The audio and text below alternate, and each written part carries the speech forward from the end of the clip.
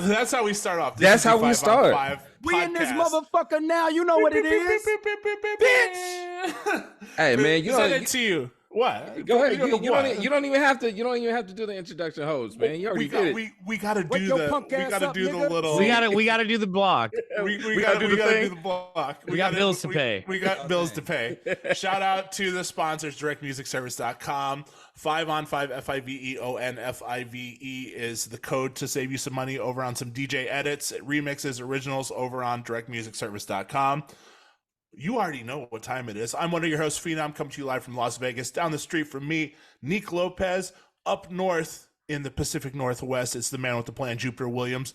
And our very special guest today, H-Town's own, but coming to you live from Los Angeles. The fucking living legend. The living legend. We got a living legend on the podcast. The gambling man. And I'm trying to stay alive too, by the way. Make some noise for Fat Tony.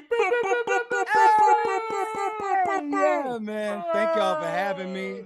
It's an honor. Yeah. I love anybody that invites Nah, it's an me honor come to have talk you my on. shit. Yes. Thank yes. you, man. Thank Yes. you. Yes. This You is know what? so dope. You know what? Fat Tony is like my blog era. Yeah. Word. That's That's right. my Back in the this is day. my blog. This Yeah. is a good episode for me now. Because usually we talk blog era and we talk about like Crystal Castles and blah, blah, blah. Very But electro. We skip right over It's very right electro. over my the hip hop DAP stuff. piff. Yeah. Now we're in the Dat Piv zone. Yeah. We're I talking was cool there for all kids. of it, man. We're talking we Fat know. Tony. We're talking Chip the Ripper. We're Yes. going back. Not going just back. Chip. I was Chip the on Ripper. 2 Dope Boys too. That's Don't what let I'm these talking niggas The about. forget boys, it. let's not leave them out. Yeah. Yes. Yo, Hot new that's hip-hop, man, history let's of the go. world. See, this is why we do this podcast. This is history being documented. Absolutely. We've known about Fat Tony for forever. Fat Tony kind of went viral, did go viral He did. with Neon Moon, Blow the Whistle. Man, Yes. Yo, man, I what got the a story fuck? for you? Yes. So here's my whole thing with Neon Moon and Blow the Whistle and that whole little DJ blend, right? Mhm. So I'm from Houston, Texas, grew up there. I've always been like the technology savvy person in my family, aside from my cousin Techno Joe, who was so into computers that he moved to Japan like 8 years ago and has a whole family there. But next to Techno Joe, I was the computer guy in my family, and my godmother Vicky used to teach a line dancing class. You know, line dancing is something that's very popular all throughout the United States, but it's especially popular in Texas, especially in Houston, right? Now, typically for her line dancing mix CDs, since I had the computer and CD burner and knew how to pirate music easily, I'd be mostly putting like Zydeco songs on there, you know, old like soul songs, old blues songs. Mm. And this one time she had me put Brooks and Dunn Neon Moon on this mix CD, right? And I remembered the song because my dad, who's a Nigerian, he only likes country music, right? Like Oh, he wow. likes other Okay. stuff too, but like country music is his favorite genre of all time. And I actually once asked him why he likes country music so much, and he told me because country music tells real stories about real people, Fair. Mm. right? Mm. And not to Valid. go off on a tangent, but country music is very popular throughout Africa and in the Caribbean too. But Mm. anyway, she had me put Brooks and Dunn Neon Moon on this mix CD, and it caught my attention because I remember it back being a kid when that song was on the radio, and I'd ride around with my dad and it would come on. And then this one night, I'm in my neighborhood, Third Ward, Houston. I go to this bar called The Spot. It's on Emancipation Avenue, right? And damn. and the Spot, it was a Monday night, and it's kind of like an old school bar, right? It's like mostly folks in their 40s and 50s hanging out there, really, right? Mm.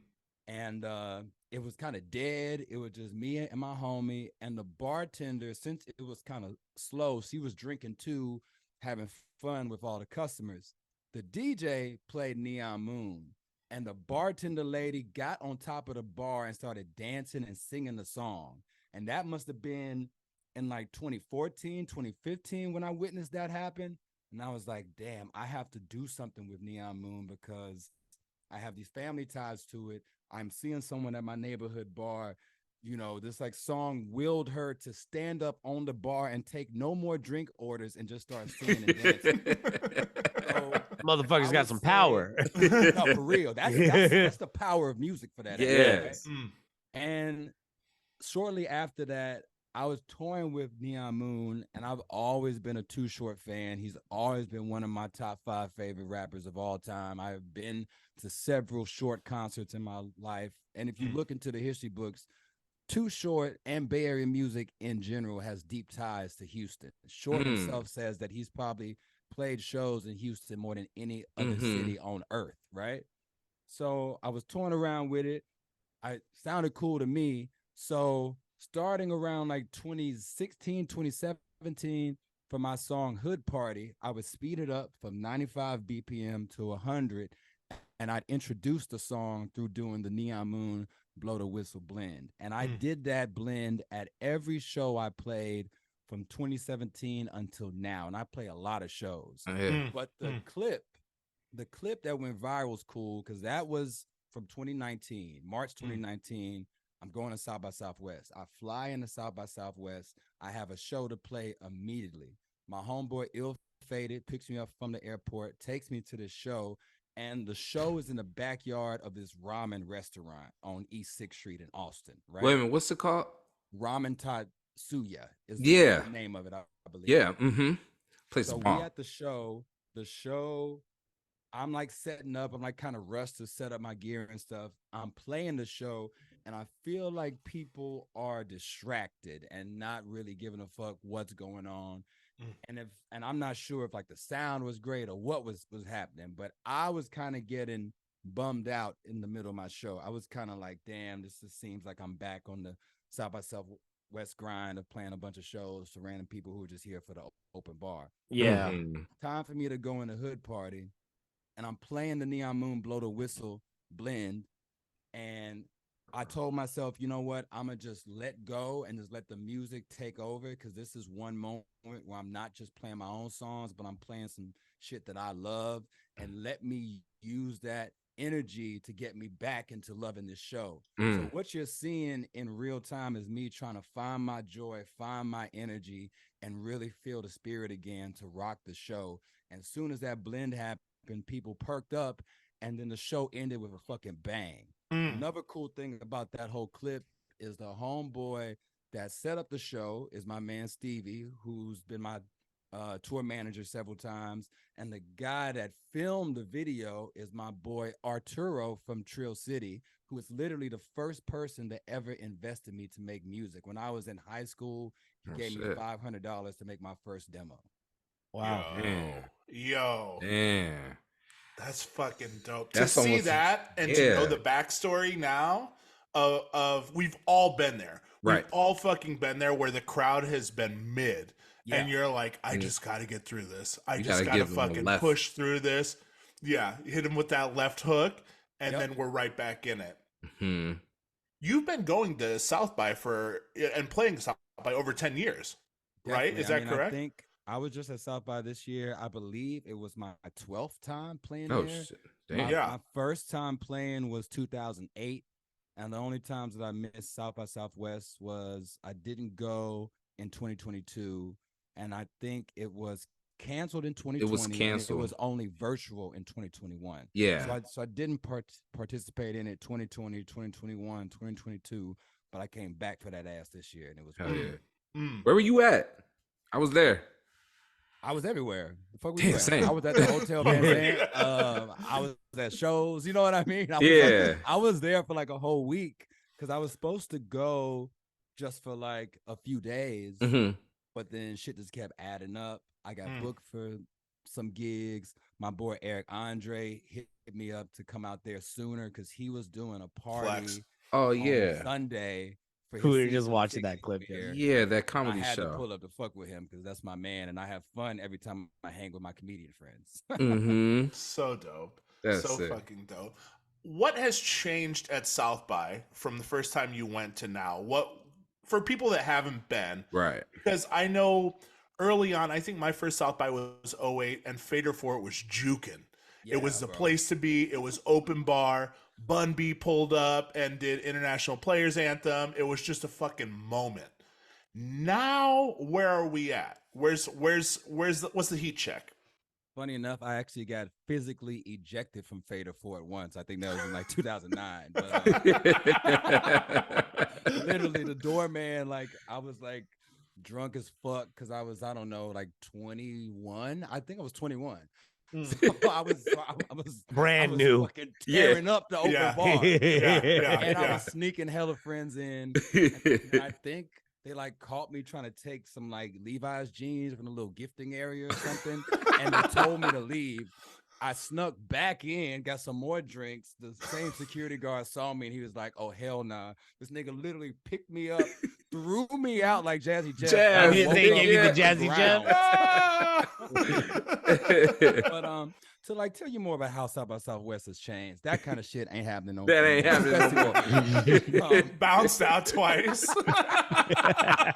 But I think the main difference with South by Southwest now is when I started going, it felt like the focus was mostly on underground music, independent music, and underground and independent labels. It felt like it was their time to shine. And it felt like a moment where any new artist could go and just based off their talent and having a phenomenal live show, they might get a record deal, they might get a booking agent, they might get a new manager, right?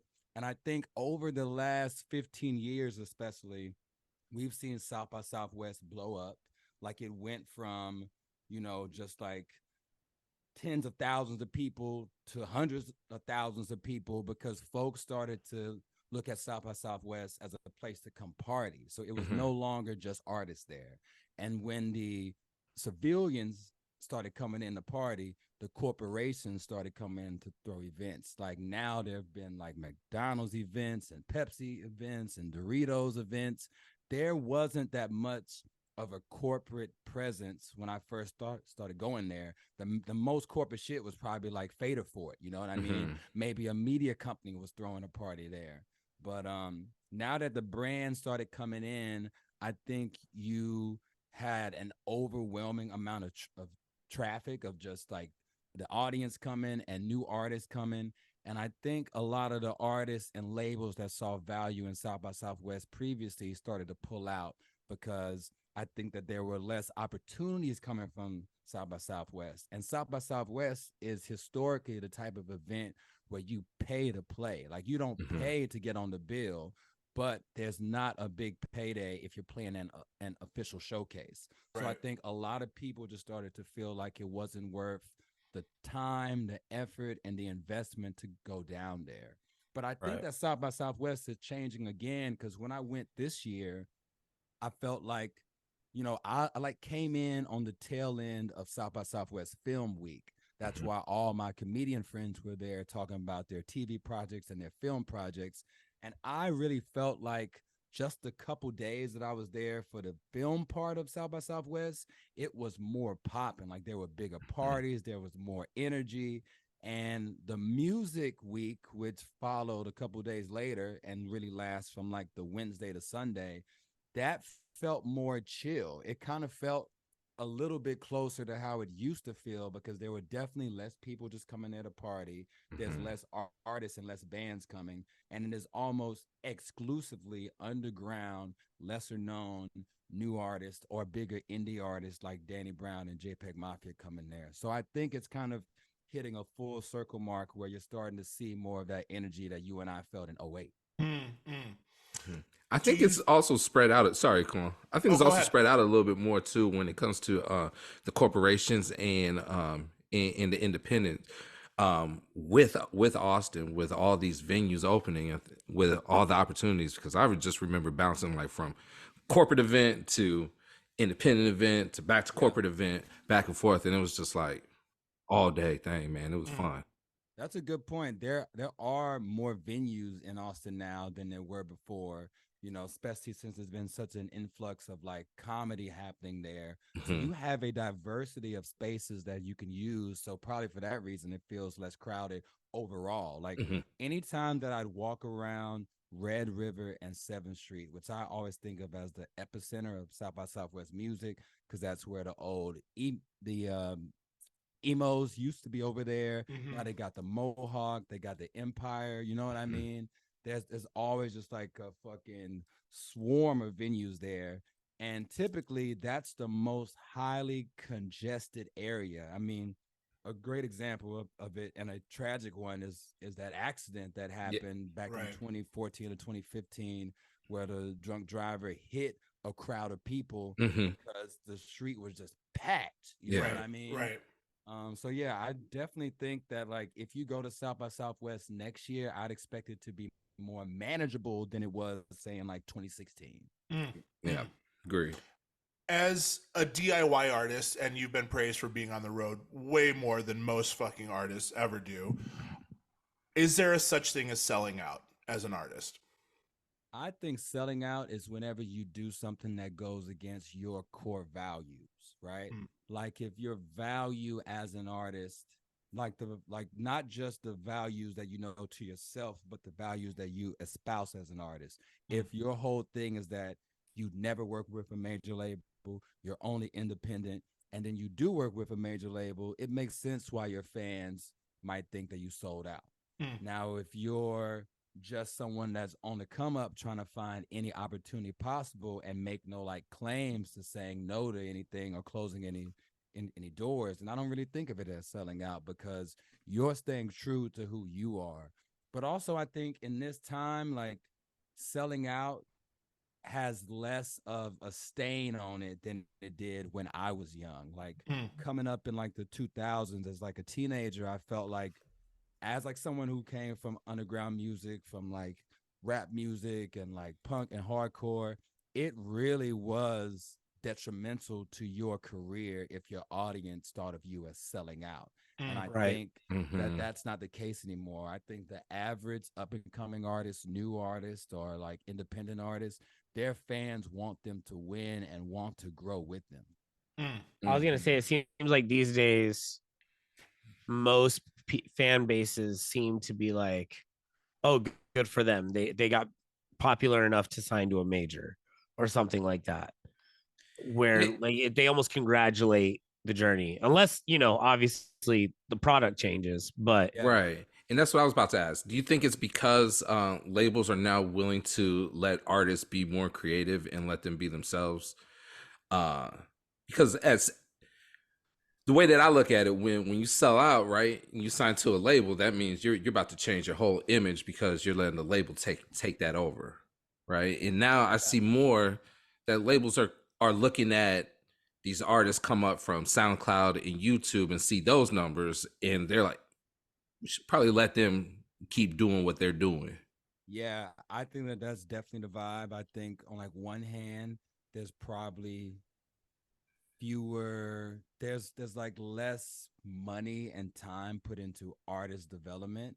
And I think because of the internet, people are really looking for an artist that's already fully formed, someone that has a sound, has an identity, has a fan base, has already been on tour, like the kind of artist that rather than spending all this time teaching them the ropes, they can just put gasoline on the fire they already got going and send them off to the races. And I also think because music makes less money than it did during the CD era, I think that labels and artists are looking for more revenue streams. So if that revenue stream is brand partnerships, syncs and licensing music to like a car commercial or whatever the case, everyone is encouraging more of that. In 2023, and I want to know your opinion on this, do you feel the obligation to continue to make content when you're burnt out? Or do you take the approach where you're like, yo, I'm checking out? I do not make content if I'm feeling burnt out, because I think that, I don't know how it is for everyone, but for me, if my heart isn't in it, I think it doesn't translate. Like that Neon Moon clip that you brought up earlier, I think, I thought that people just loved the blend, and I know that they do, but I've had people come up to me that they loved my outfit, they loved the look on my face, they love the way that I'm bopping and dancing to it. I think they were able to see some genuine emotions coming through, and it wasn't like I was looking at camera, even know that I was being filmed. I was just acting natural. And I think acting natural is what always gets the biggest audience these days. Like, I think you can't really fake the funk. And I think that the average consumer is smarter than you think, and they can smell bullshit. I mean, I think a great example of it is how popular the term industry plant is. There are so many YouTubers who are trying to expose the industry plant, and they get tons of views. And I think it's because the average consumer wants their entertainer to be authentic. Yes. So I don't post, I don't make shit if I'm not feeling it, because I know it's going to be a half-ass version of what I'm really good at. Right. And I know for me, especially because I've been around the block for many, many moons, it's not like if I go a month or two without posting an Instagram reel that I'm going to lose all my followers or no one's going to care. Because for the most part, it's those core people who have been with me this whole time. And every time I drop something that gains traction, I get some new folks too. Right. Yeah. 100%. There's such a stigma around that. If you don't post in 60 days, they're gonna forget about you. Yeah. Blah blah blah. If you don't post, they'll ghost. And they were around way before 60 days ago. You know, so it's like, you know, they've seen the ride, and I think it would take, you know, such a hardline stance. I mean, we look at Ye. You know, at everything Kanye posts. Thinking about him, like we were just talking about him too, bro. Yeah. You know, like you would have to go so far out of your way to even get fans to kind of trickle off. You know, and it's that love hate with an artist, or even like, you know, Frank Ocean, when people are like, man, like it fucking sucks, but you know, we're still gonna listen to the albums, we're still gonna ride for him, whatever. Yeah. These fan bases aren't that easily Fickle. swayed. They're not that fickle, you know, and I think people get caught up in the art versus content, you know, where 100%. it's like, I gotta put something out, I gotta just, you know, say hey or something like that.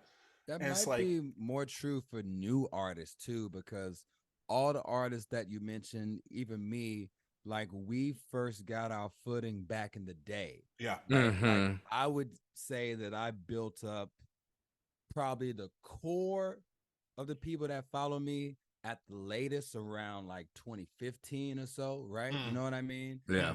But if I was a new artist, say that I was 20 years old and I came out in this environment where you mainly know of me for my TikTok posts, and I don't have anything else to anchor my, you know, my like notoriety on, then I might be forgotten. Like, look at an artist like Pink Panthers, who came up as like a TikTok artist first. Right. She was able to cross over from just the TikTok stuff to making music that actually performed in the marketplace. Like her last single was top 5 on the Hot 100 chart. Yeah. So someone like her, she now has a following that knows her for just music. So she can probably just post new songs, new albums, do like a tour announcement without having to play the TikTok game, which she was doing to get popping. Like, you know, before her like first song broke, Break It Off. Yep. She was posting shit all the time on her TikTok, just seeing whatever sticks. I But she definitely, graduated. I feel that. That seems like more of a establishing yourself approach to be like push content. But once you have the fan base, or I hate calling it a fan base because it seems so disconnected, but more of the support group. That sounds even worse, man. Does it? I mean to be like people who like, because fans just seem so impersonal, but like people who fuck with what you do. Yeah, no, I get what you're saying. You know what I'm saying? Because it just seems so like my fans, like Like an ego thing. But more like once you find people who rock with you, like you've done like, and you start to get noticed for whatever your art may be it music or whatever. I don't think you have to push the brand as hard. It's the tribe, it's the mob mentality, right? Yeah, it's mob mentality, because then everybody will outside looking in is like, yo, I want to be in that. Yeah. You know. But also it comes down to, why are you doing this? And for Fat Tony and other artists I see, it's for the fucking love. Mhm. Like it's for the expression, it's for the opportunity just to create, Mhm. you know. And I think we're all in accordance here. We're all kind of in the same boat where it's like, I'm not doing it to be like, hey, what'd you think about that? You know, I'm just doing it, and just sometimes sharing it it. fails, and sometimes it's Yeah. great, and I still come back to it the next day the same way. You Yeah. know, Yeah, man. I I do don't know. music because I love it. I do it to really express myself. I do it because it's fun. You Mhm. know, I am not in like the headspace where I'm looking for a cosign. I'm looking to blow up. Yeah. Like I'm genuinely in my heart of hearts. I'm not looking for that. I'm looking to keep doing what I'm doing and keep growing it. But I don't have this fantasy in my head of I'm just one thing away from being set for life. Because one, Right. I think no one is set for life.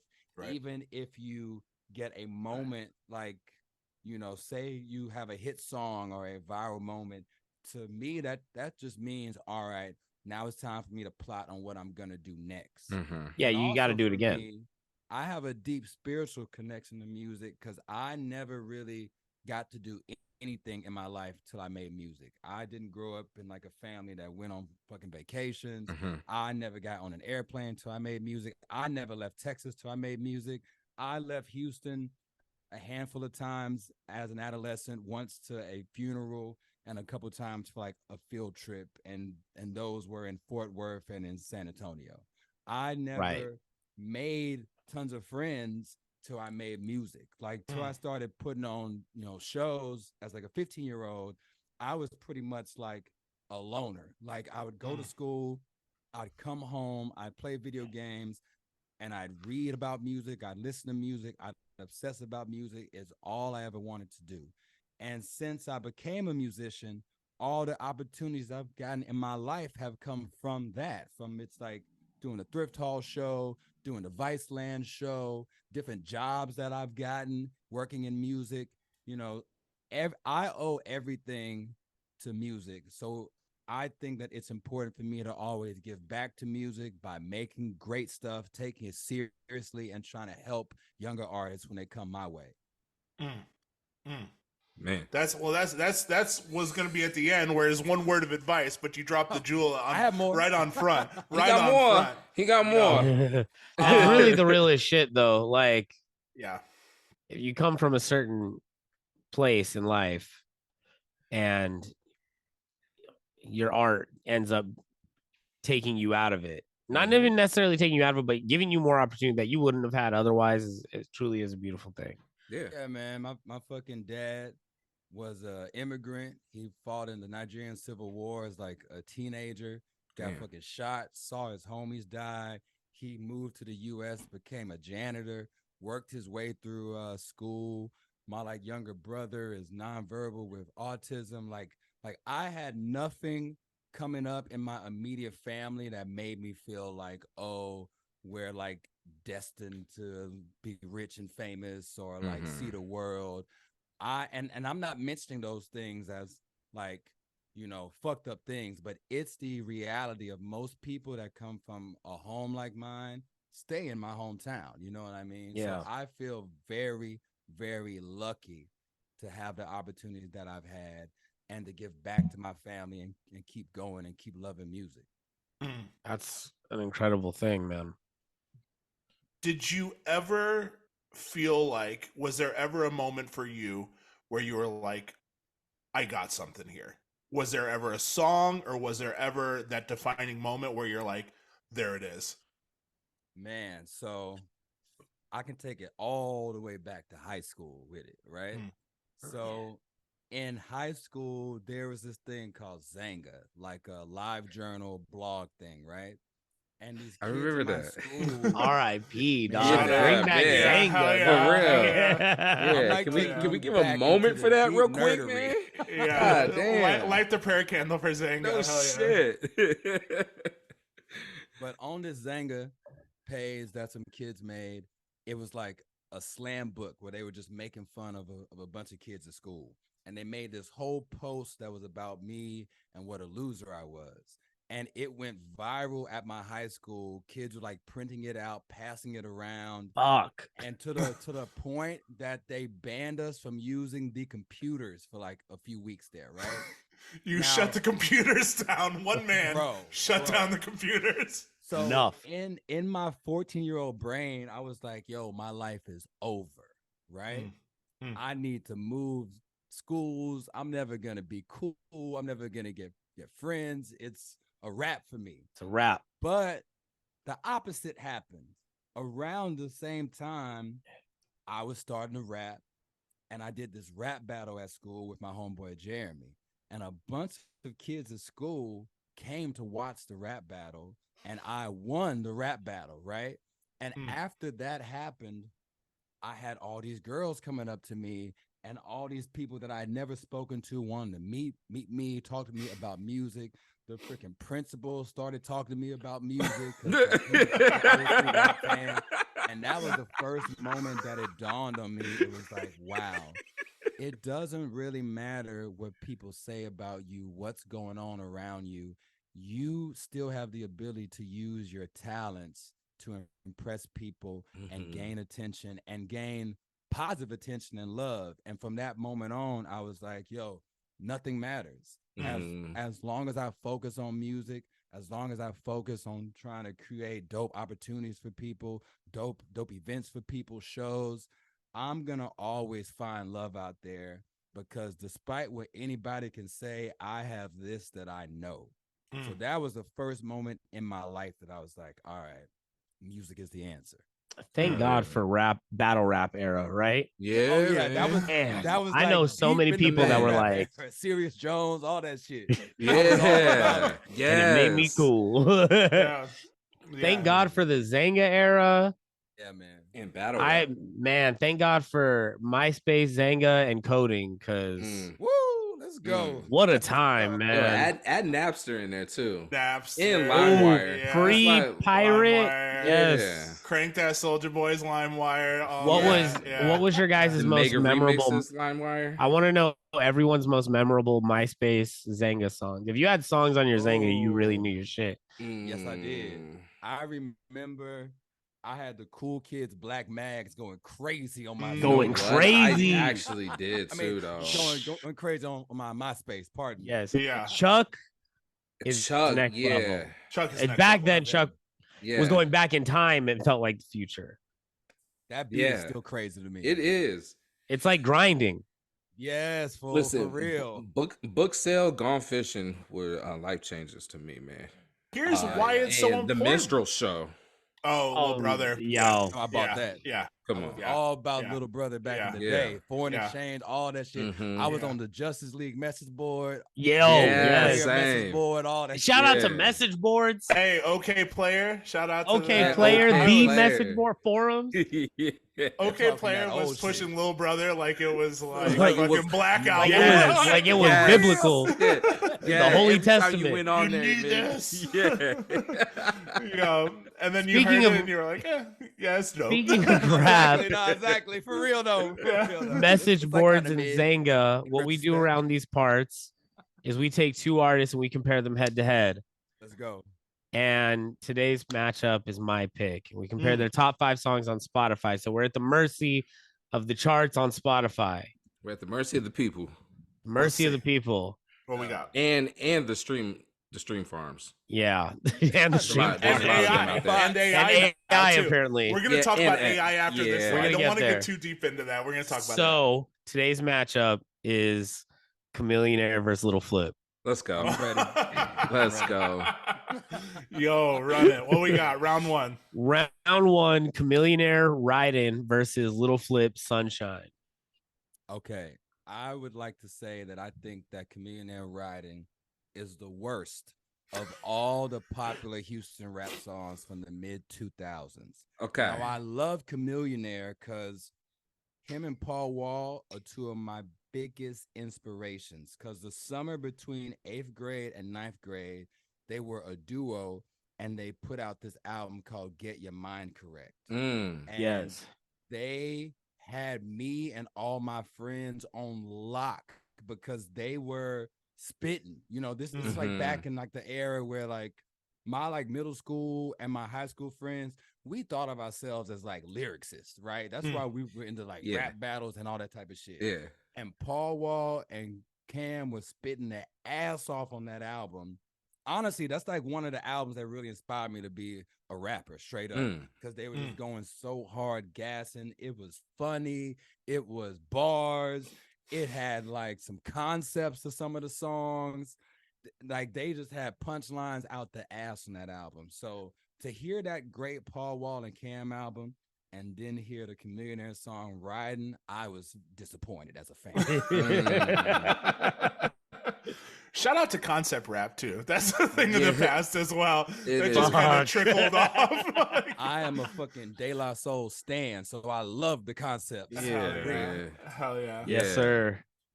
Trav, what you got? Riding versus sorry. Yeah. So you got to make a pick. Riding versus Sunshine. The Flip song kind of sucks too.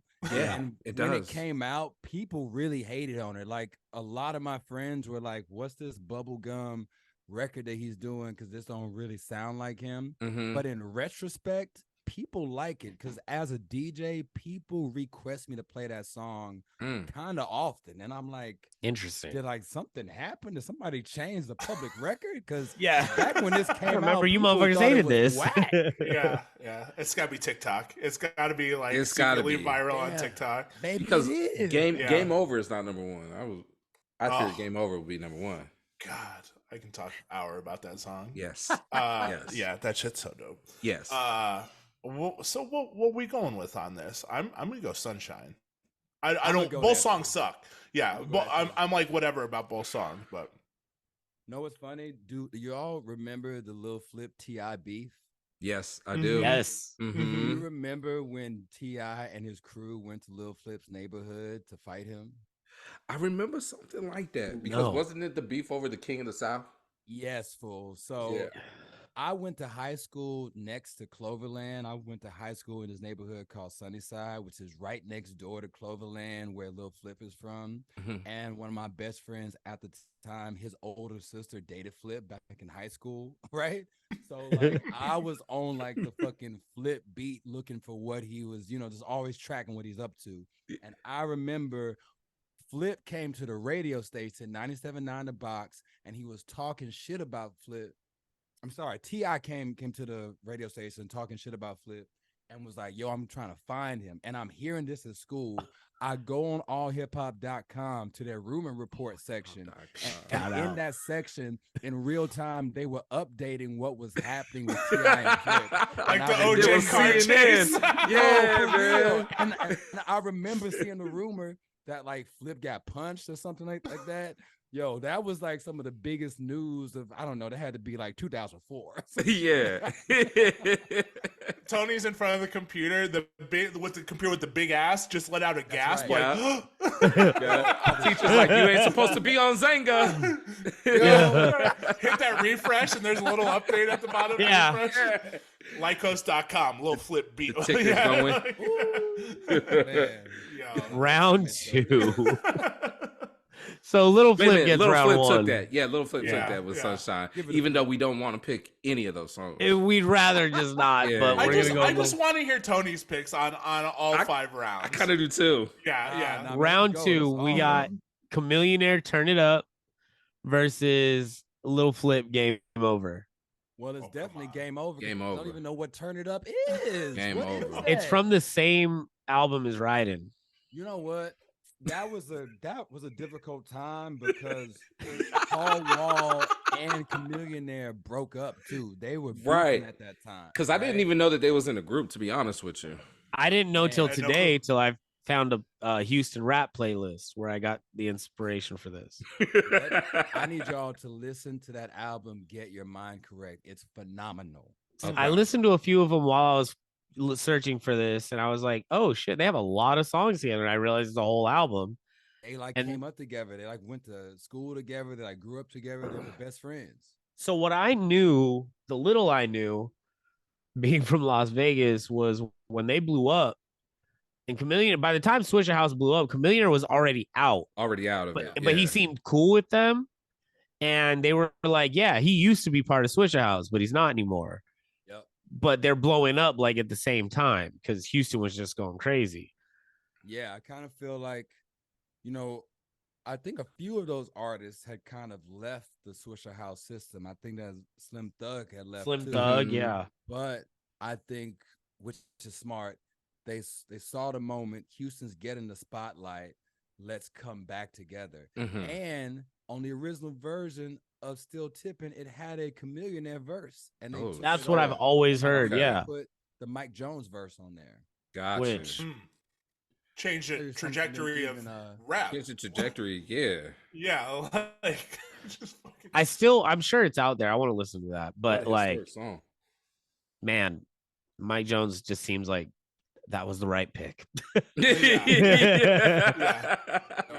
I want to find something for y'all. I found this on YouTube. You can't play it. No, I'm not. I'm not Okay, gonna play okay. it. I'm gonna just send it to y'all. I don't. Yeah. want Okay, to remove perfect. the, Yeah. Flag. Yeah, But yeah. back in high school, Slim Thug did a freestyle that's basically the basis of Still Tipping. Oh wow.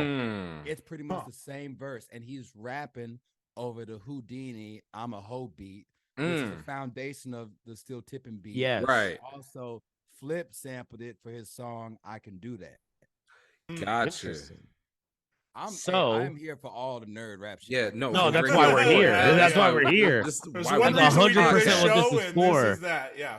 Yeah. God, So that's a freestyle from 1998 when Slim Thug was in high school. that's crazy. So when Still Tippin' came out, people had already heard that beat multiple times over. Well, it was Or a out version of it. on this Rap a Lot compilation that I never got. Like I never heard Still Tippin' till it came out in its final form. I wasn't, because I was the kind of kid that I mostly knew about these songs from the radio, and radio played all the Houston artists as much as they played artists that were not from Texas. But I don't remember the original Still Tippin' being on radio. I think it was just a mixtape thing. Gotcha. That makes sense. Granted, I was also like young enough. You were that shorty, I yeah. wouldn't know. You know what I mean? If I was a bit older, I probably would have known about it. Yeah. Damn. I had no idea. Y'all get me excited. I'm about to Yeah. Round 3, Hip Hop Police versus The Way We Ball. The Way We Ball. The Way We Ball. Easy. The Way We Ball. I mean, The Way We Ball is my favorite Flip song ever. It is so whimsical. Yeah. Hashtag whimsical rap. Whimsical. That's precisely how I would explain that song. Whimsical. Yeah. Remember how the cover with him dressed as the leprechaun? Yeah. Fucking legendary. Yo, that was a hot mixtape for us as kids, because Flip, another thing about these Houston rappers is they weren't that far off in age from us. Like I was in middle school and Flip was probably like an 18-year-old when that leprechaun tape dropped. Oh, okay. And I knew that he knew my friend's sister. So I'm like, yo, it's not that far off from what we can do. And just he's neighborhood shit. Yeah. Like We That's can great. be like him, and you point to like him in the leprechaun outfit. You know? Yeah. We could be like Little Flip.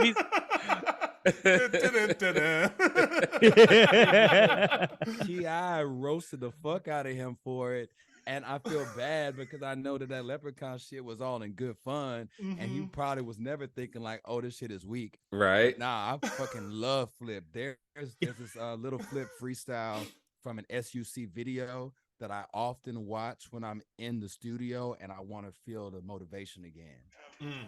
That is so tight. That's so funny though, to like look at things in retrospect. You're like, okay, it was a little silly. Yeah. It was fun. It was fun. But we been having fun in Houston though. Oh my God. I'm about to send you the link for this Flip freestyle that inspires me to no end. I can just send y'all links all day long. Please do. Yeah. Oh, yeah. So we had to make an adjustment here because it's number 4 is song. Good Morning from Chamillionaire. Okay. Number 4 was a remastered version of Sunshine. Right. So we have to go with Was it re-recorded? Recorded it. remastered and re-recorded. Remastered and re-recorded. Interesting. Probably Trying copyright to get that stuff. money. Like he was trying to get that Trying money. to get that money. you Trying to heard sell me. that song. Trying to get sell that it. sync money. I don't Yeah. blame Exactly. But good for him. It made number 4. So Yeah, right. Why is What else Sunshine would it going viral? What's behind this? it's probably the only available one on TikTok is the re-record. That Right. makes sense. gotta be. Oh Yeah. my god. It's gotta be. Yeah. So we got Good Morning from Chamillionaire versus Wisco Cheese. I'm gonna say neither. They both lost. Yeah. I have to go with Chamillionaire though, but yeah. As I'm looking at Cam's discography on Spotify, he had this series called the Mixtape Messiah. And I was all over that. Me and all my friends love the Mixtape Messiah series because we like spitters. Yeah. Mhm. Unfortunately, that and his album with Paul Wall, they aren't the top picks on Spotify. They're not up here. Right. And that's But usually this the was the case. biggest shit. That's usually the coolest shit is not at the top 5. Mm-mm. Like this one that I'm sending y'all, this Mixtape Messiah tape from 2004. This was the shit. Me and all my friends had this. This was what we loved. But then his That's so album funny. dropped, and it was not what we were looking for because it's too. You know what? I know what you're typically saying. Don't really like the major label debut album of a rapper. And seeing that, never- and that's why we That's asked that sellout question, right? It gets too polished. Everything gets Too too polished. Too polished. And too many features of just other Of industry hella features of people. like It's just- established artists and Well, it's label corny. mates. That ain't Yeah, what label mates. Label bro. mates. Let's talk about No Limit label mates Yeah. features. Oh Who my is God. Now that you know who is my That one worked different though. Yeah. because the No Limit or Cash Money as your label mates, that's still in an ecosystem that Yes. Right. its own makes thing. sense. But Right, why the right. fuck is Crazy Bone on the Chamillionaire album? Camille- Come on. Yep. Crazy Bone was on that album. So Yeah. what I want to do round 5, and then I want everybody to give me I don't know how to word this question. Their Uh-oh. their favorite, least favorite just major label debut album. I'm ready. Does that make sense? Oh, okay. Yeah. Let's rock. So your rock. Go top round 5. worst. Go Your round top 5. worst. Go round 5. Okay, I like so this. round 5 is Chamillionaire Rockstar versus Lil Flip with Miss Parker featuring Zero. Oh, and Miss Parker. Liv Sosa. You know what? Another thing, Zero though. I was gonna pick Zero, but I felt like it might have been a deep cut. I would know it. Zero. I know you would know it. Bro, back in my day, I dated so many white girls from Houston suburbs with zero tattoos. Come on now. Zero is a legend. That's a specific So many woman. white That's a girls very from specific Houston woman. With some, she know. She know. And she's definitely watching this podcast, so shout out. And Yeah, if you're shout on out, YouTube, shorty. go ahead and hit the like, hit the subscribe, and ding the bell when we drop this video. Oh man, but yeah, Zero was definitely during that time of like Houston being on like top of the pop charts. Mm-hmm. I would say Zero was the new hometown hero that was like, all right, here is someone that's still kind of local, still kind of regional, and every album that he dropped during the 2000s was fantastic. It always had songs on it that were deep. Like, man, if I'm ever in like a bad funk, I'm putting on Zero. Zero is the Houston Nipsey. He is the Houston Nipsey, the Houston Pac. Mm. He is the emo rapper. He's the most emo rapper of all time. Fire. He has the most sad songs of any rapper probably ever in recorded history. Straight up. Love Zero's that. the man. We're over Joe Budden. Over Cuddy? Oh, Talking Joe about no Budden's got Joe some. Budden. Joe Joe Budden Budden got like- some about emo. no So you Budden? right. You Joe right. Budden Talking to me stays about in the no dark. Buttons, my nigga. Come on now. Travis, Travis, come on, Travis look. is Joe a Budden Budden? stan. Travis is a Budden stan. I I'm am not a mad Budden at that because stan. Budden makes some emo ass songs. You're Yeah, not he wrong. does, man. He in his No, I feelings like for sad real. niggas though. I Yeah, I like do that. too. I'm on that vibe. I like Yeah, that. Joe Budden in a just way that because of- heartbreaks, man. Let's Because go. of Jay Budden, who he is as a person, we What don't happened give to him Jay enough Budden? credit as a. Joe Budden. Sorry, I Yeah, got. you called him Jay Budden. I mean, look. I got. You know him like that? Now I'm doing. Now I'm doing him y'all like that. Joseph I'm doing him like Baden. But you know Joe what? Budden, because of who he is as a person, doesn't get enough shout outs for his music, man. Love to Joe Budden, though. That's you true. know, and love to Cam too. We just talking music, especially Cam because he's a Nigerian too, like me. I fuck with him. Is he really? Yes. Did not know that. I believe it Yes. immediately. Lots of yeah. Nigerians in Houston. I believe Houston Yeah. has the most Nigerians outside of Nigeria and London. Huh. Hmm. Never would have. Lagos, London, and Houston, I think, are the top 3 cities in the world with the biggest Nigerian population. Interesting. Hmm. Well, congratulations. You made it through Yeah. matchup. Yeah. Could talk shit about rap all night long. I'm not done yet. Wait a minute, Neek. Go back to your. Back Oh yeah, to- so I want to go back to the question. I want Yeah. everybody to tell me their least favorite major label debut from one Right. of their favorite from an artist they liked. I got one for you. I got Does one that for make you, sense? right. Yeah, I hope that question makes sense. I have one off I got top. something. Yeah. Go Hit ahead. me. Go ahead. Okay, hold up. It's, Calling you, go. All right, I'm gonna say I like the UK and the international release of NERD in my mind more Me than what too. they put out on the like that shit. That shit. That's for the heads. This is for the heads. But that shit is what should have been everywhere. 1000% agree. I love that electronic UK version of the NERD In Search of album from 2002. First of all, me and my buddy Redmond growing up, we were skaters, right? So we were in love with anything skateboarding from top to bottom. And to see the Neptunes and NERD really embrace the skate world, we were like, yo, these are our favorite niggas in music, period. Yes. And that NERD album, you know, I'm like the piracy kid. I'm like the nerd. So I had that version before the CD came out. And when Redmond bought the CD and I heard the live band Spy Mob on it, I was not feeling it. I'm still not feeling it to this day. They honestly need to do a re-release with that original version because I like the feel of the actual Neptune's beats. And it goes back to like something that's kind of a rule for me. I don't really like rappers with a live band if the live band isn't part of the original music. Like, I remember going to see a Lil Wayne concert back in like 2008, and he had a band with him, and I was just not fucking with it. Then Manny Fresh came out as a DJ for a couple songs with him, and that was fire. Because And it's like, just do it the old-fashioned way. Yeah, you can't recreate the drum machine and all those sounds On a perfectly. kit. It's stupid. It really There's makes only me mad. one for me. There's been only one successful attempt at that, and that's Jay-Z Unplugged. Word, but Yeah. But we went into that knowing what that was. Well, the Roots. It goes what you said. They came out that way. This is why I like the Roots, because Questlove kind of plays like a drum machine. Yeah. You know what I mean? Mhm. It's like steady. Yes. He's locked. I have one. There's one time that I saw that the live band did justice, and it was Yo Gotti. Okay. Oh yeah, you talk about that a lot. Yeah, he talks about that a Fine. lot. Yeah, I'm trying to go to the Yo Gotti concert. What's up? With the band? With the full band. The Date energy night. was through the roof. Because We when had was to that sit again? through. It When was was that? 2016 Reggie's in Chicago. Okay. Yeah. Was it Dead and Co, Gotti and Co? 8 to 10 openers. There was about 8 to 10 openers, and by the 7th or 8th, people are just booing when they come out on stage. Like, Now that's Yo, that you hip-hop can't do shit. it. Yeah.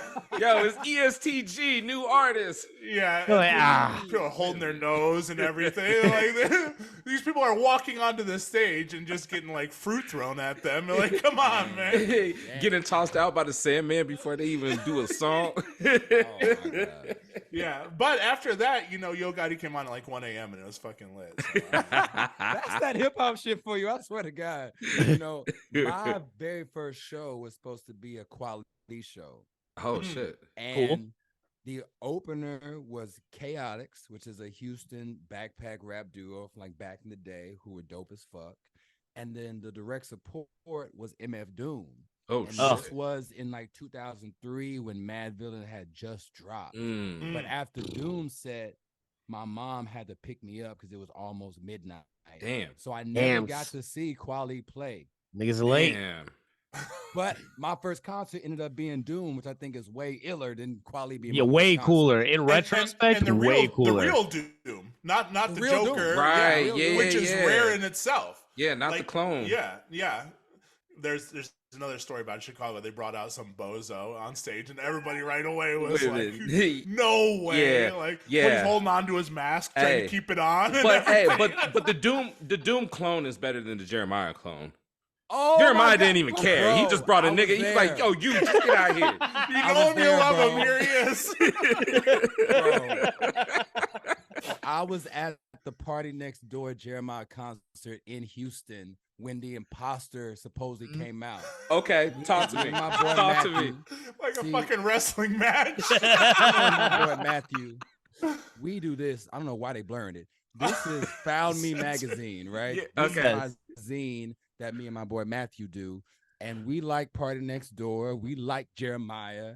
So we got me, him, maybe 4 of our homegirls snuck in a bottle of Hennessy and went to the Party Next Door Jeremiah concert. And we about to have a great night. Yeah. Jeremiah comes out and he's wearing all black and he's wearing a hoodie with his hoodie over his head and he's wearing shades. Sunglasses. Yeah. And it's nighttime at an indoor venue and the lights are low. And we couldn't really tell if he was singing or not singing at some parts. Like there were songs where it felt like he was singing, and it was songs where it felt like he was lip syncing. And then at the end of the concert, rather than say peace or say bye, he faded out the last song and like sprinted off stage. And we were all like, yo, that's kind of weird. He is singing. Then the next night, He's singing lower and lower. it was just strange, bro. Then the next night they played Dallas or something, and that's when the whole shit went down, and he got kicked off the tour, and they canceled their like duo album. Right. Yeah, I was there. I was there at the Imposter Jeremiah show in Houston, and I remember getting up close to the stage, being like, "Yo, what is going on? Is that what the fuck?" We still need answers about that, by the way. Oh, That my is God. so That's funny. great. I knew it. Pushing was your a way to clone. the stage, pushing your way to the stage to see what the fuck is going Yeah, on. yeah. Hold on. Excuse Hey, me. you singing up there? Is that you? Hey, you know It he's might kinda pushing kill people the with his whole vibe. hand on their face too. Just Yeah. get.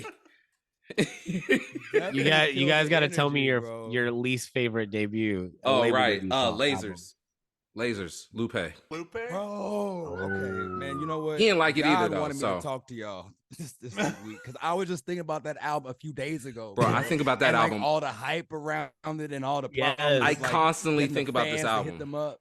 Yo. Yeah. That was a Damn. mess. It was a mess. A fucking mess. It was What happened with that album? the label. The label got underway. We got to get Andrew Barber back on. We the show actually do. for We a should. Oh, yeah. I full need to talk to him. lasers. I need to Yeah, talk to him. yeah. I need- We have we need questions. a round Yeah. table of all the hip hop Yeah. nerds to go in. on Yo, this. there were so many versions, and you know you didn't know when you were getting it, and then it finally came out. And I think the balloon was deflated at that time. You think? You can only stay hyped for so long for Yeah. something. But Lupe's fan base still bigger than ever. Lupe has a great fan base. Well, because they knew he didn't fuck with the album and he was vocal about it. Yeah. True. You know. True. It's because I when think you that's make, the when you key. make food and liquor, you can do whatever you want. This Yeah, is very you know? true. And that's why true. I think about this album constantly. Because man, bro, You I thought play it was Kid going to Kush be food all and the- liquor? You thought Absolutely. Who didn't think it was gonna be? People True. were. That was when he was hot because that was his like third album, the Food and Liquor album. Folks liked it. Then he dropped the Cool, and people Yep. were fucking with that. So it's not like he had a bad track record. Right. And he had Kanye co-sign. He Yeah, had not true. only Kanye, he had Jay-Z co-sign It too. was going down for Lupe when he first came Yeah. out. People were like, "Yo, he's about to be the next greatest rapper of all Yes. time." Yes. Who had the bigger hype, Lasers or Jay Electronica? Well, I'll Definitely say Jay lasers because at Electronica, least bro. lasers came out. Lasers did come out. We Bro. actually And got then lasers. Jay Electronica, can you even say it like That was a He didn't Jay-Z came- album. That was a Jay That was a album. Jay-Z album. Yeah. That was a Jay It album. was a damn good Jay-Z album. I It's know a people give it a very hard good time, but it was a very good Jay-Z It was album. a very good Jay-Z album. That's like And- Watch the Throne again. Yeah, and Watch it again. Watch it again. That's what we'll call it. The 5% version of Yeah. Yeah. Watch the Yeah. Throne one more time. Watch Man. the There kind were of fewer throne. white girls in the studio than Watch the Throne during Yes. those sessions. I'm sure of it. Yeah, yeah, 100%. That's a guarantee. That's a guarantee. Damn, bro. 100%. Y'all are taking me back. Y'all taking me the fuck back, bro. All right, it's your turn. Calm. Damn, my most disappointing one. Damn, you know Colin, what did you say? I said. Oh, that you haven't he said already- yet. No, he did. It's an incredible album. It's a perfect album in search of. But I love. Oh, the yeah, UK yeah, that's version. right. That's Yeah, right. yeah, My yeah. bad. My bad. I got it I'm fucking with you on tattooed that on my one. wrist. It's a great album. Yeah. It's Oh great. shit. Yeah. Damn, You I should would put in have to say- parentheses the UK version. Yeah. Yeah. Underneath. Not lasers. Just keep adding on.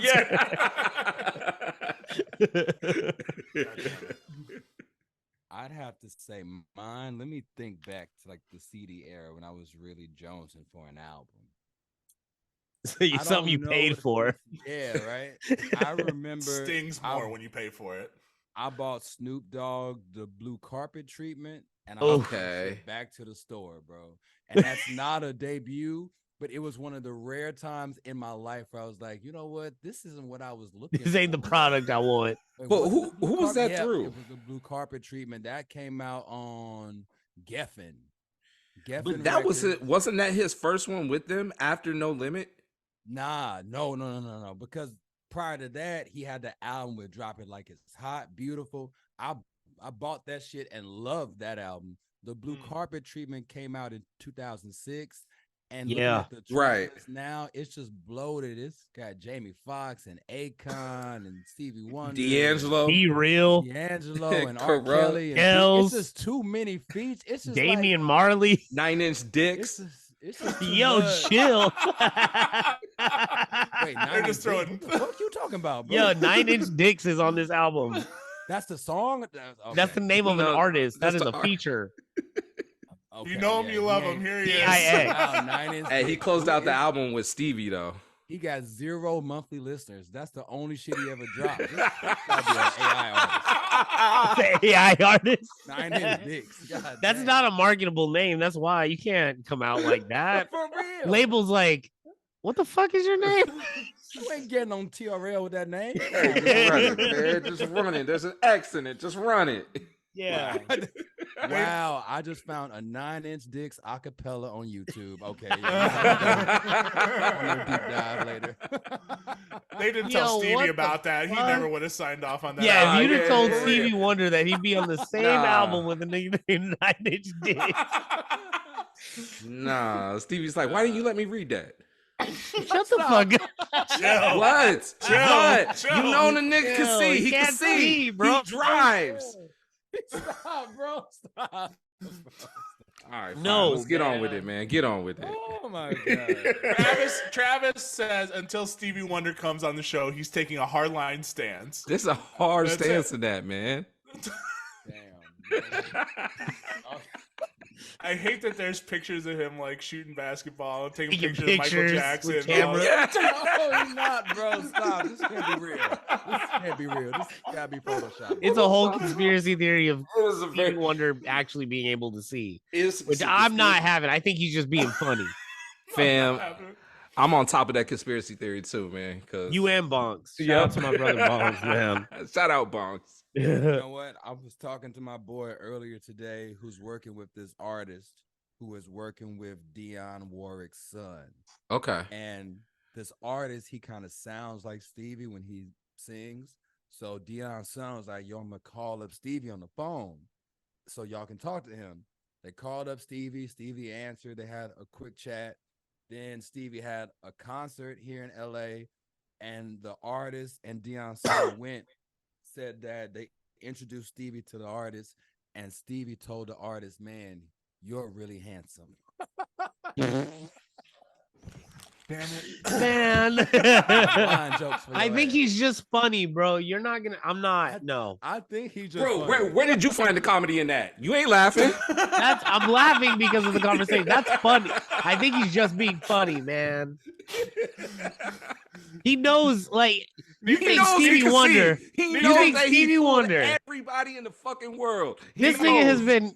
Stevie He's Wonder been. is the biggest troll in the world. That's what I'm saying. It's been 50 years. Yeah, You think still he's gonna trolling slip you. up and just He's be like, still "Hey, trolling man, That's a good to see long you." play. That's a Long play for him to play. just slip up and be like, "Hey, you're That's a handsome." Oh long shit. play. Oh, God, I Nah, can't they see. still 50 believe years me. later. He's like, they still believe my ass. That's how he's gonna slip up. He's still. This See nigga been me in a car driving. doing this. Yeah, he do that. He does that. That's what Lionel said. If it was true. I truly believe Stevie Wonder may have Lionel backed has the car dealt up, with blind but he people didn't turn before. around. He was going blind. Lionel dealt with blind people before. Okay, Lionel and dealt Lionel- with blind people. Lionel knows that Get out of here. That was an knows actor, bro. That Hello? sculpture does not look like him. He knows that. Yo, So if he comes out and says that Stevie Wonder drove, Stevie Wonder drove. I'm not having Hello. it. He gave a big pass on the sculpture. You know why? It It looks Stevie great. Wonder Looks comes great. out one Sculpture day, is terrible, man. if Stevie comes out one day and says that he's not blind, like before he dies or something, I'm giving that nigga a standing ovation because that's Yeah, that's the incredible. long game. What a performance for real. Yes. Travis is like, I Greatest fucking actor of all told y'all. time. Yes. Oh my Now we'll have a God. victory lap. You guys want to know Yeah. my pick for my I do want to know. least Yeah. favorite artist's debut is Big Crit live from the underground. Ah, yeah, Neek. Good call. What do y'all think about Crit and the trajectory that he was on? Because I He feel was like on when, one. Like Crit came out, especially in Houston, motherfuckers loved him.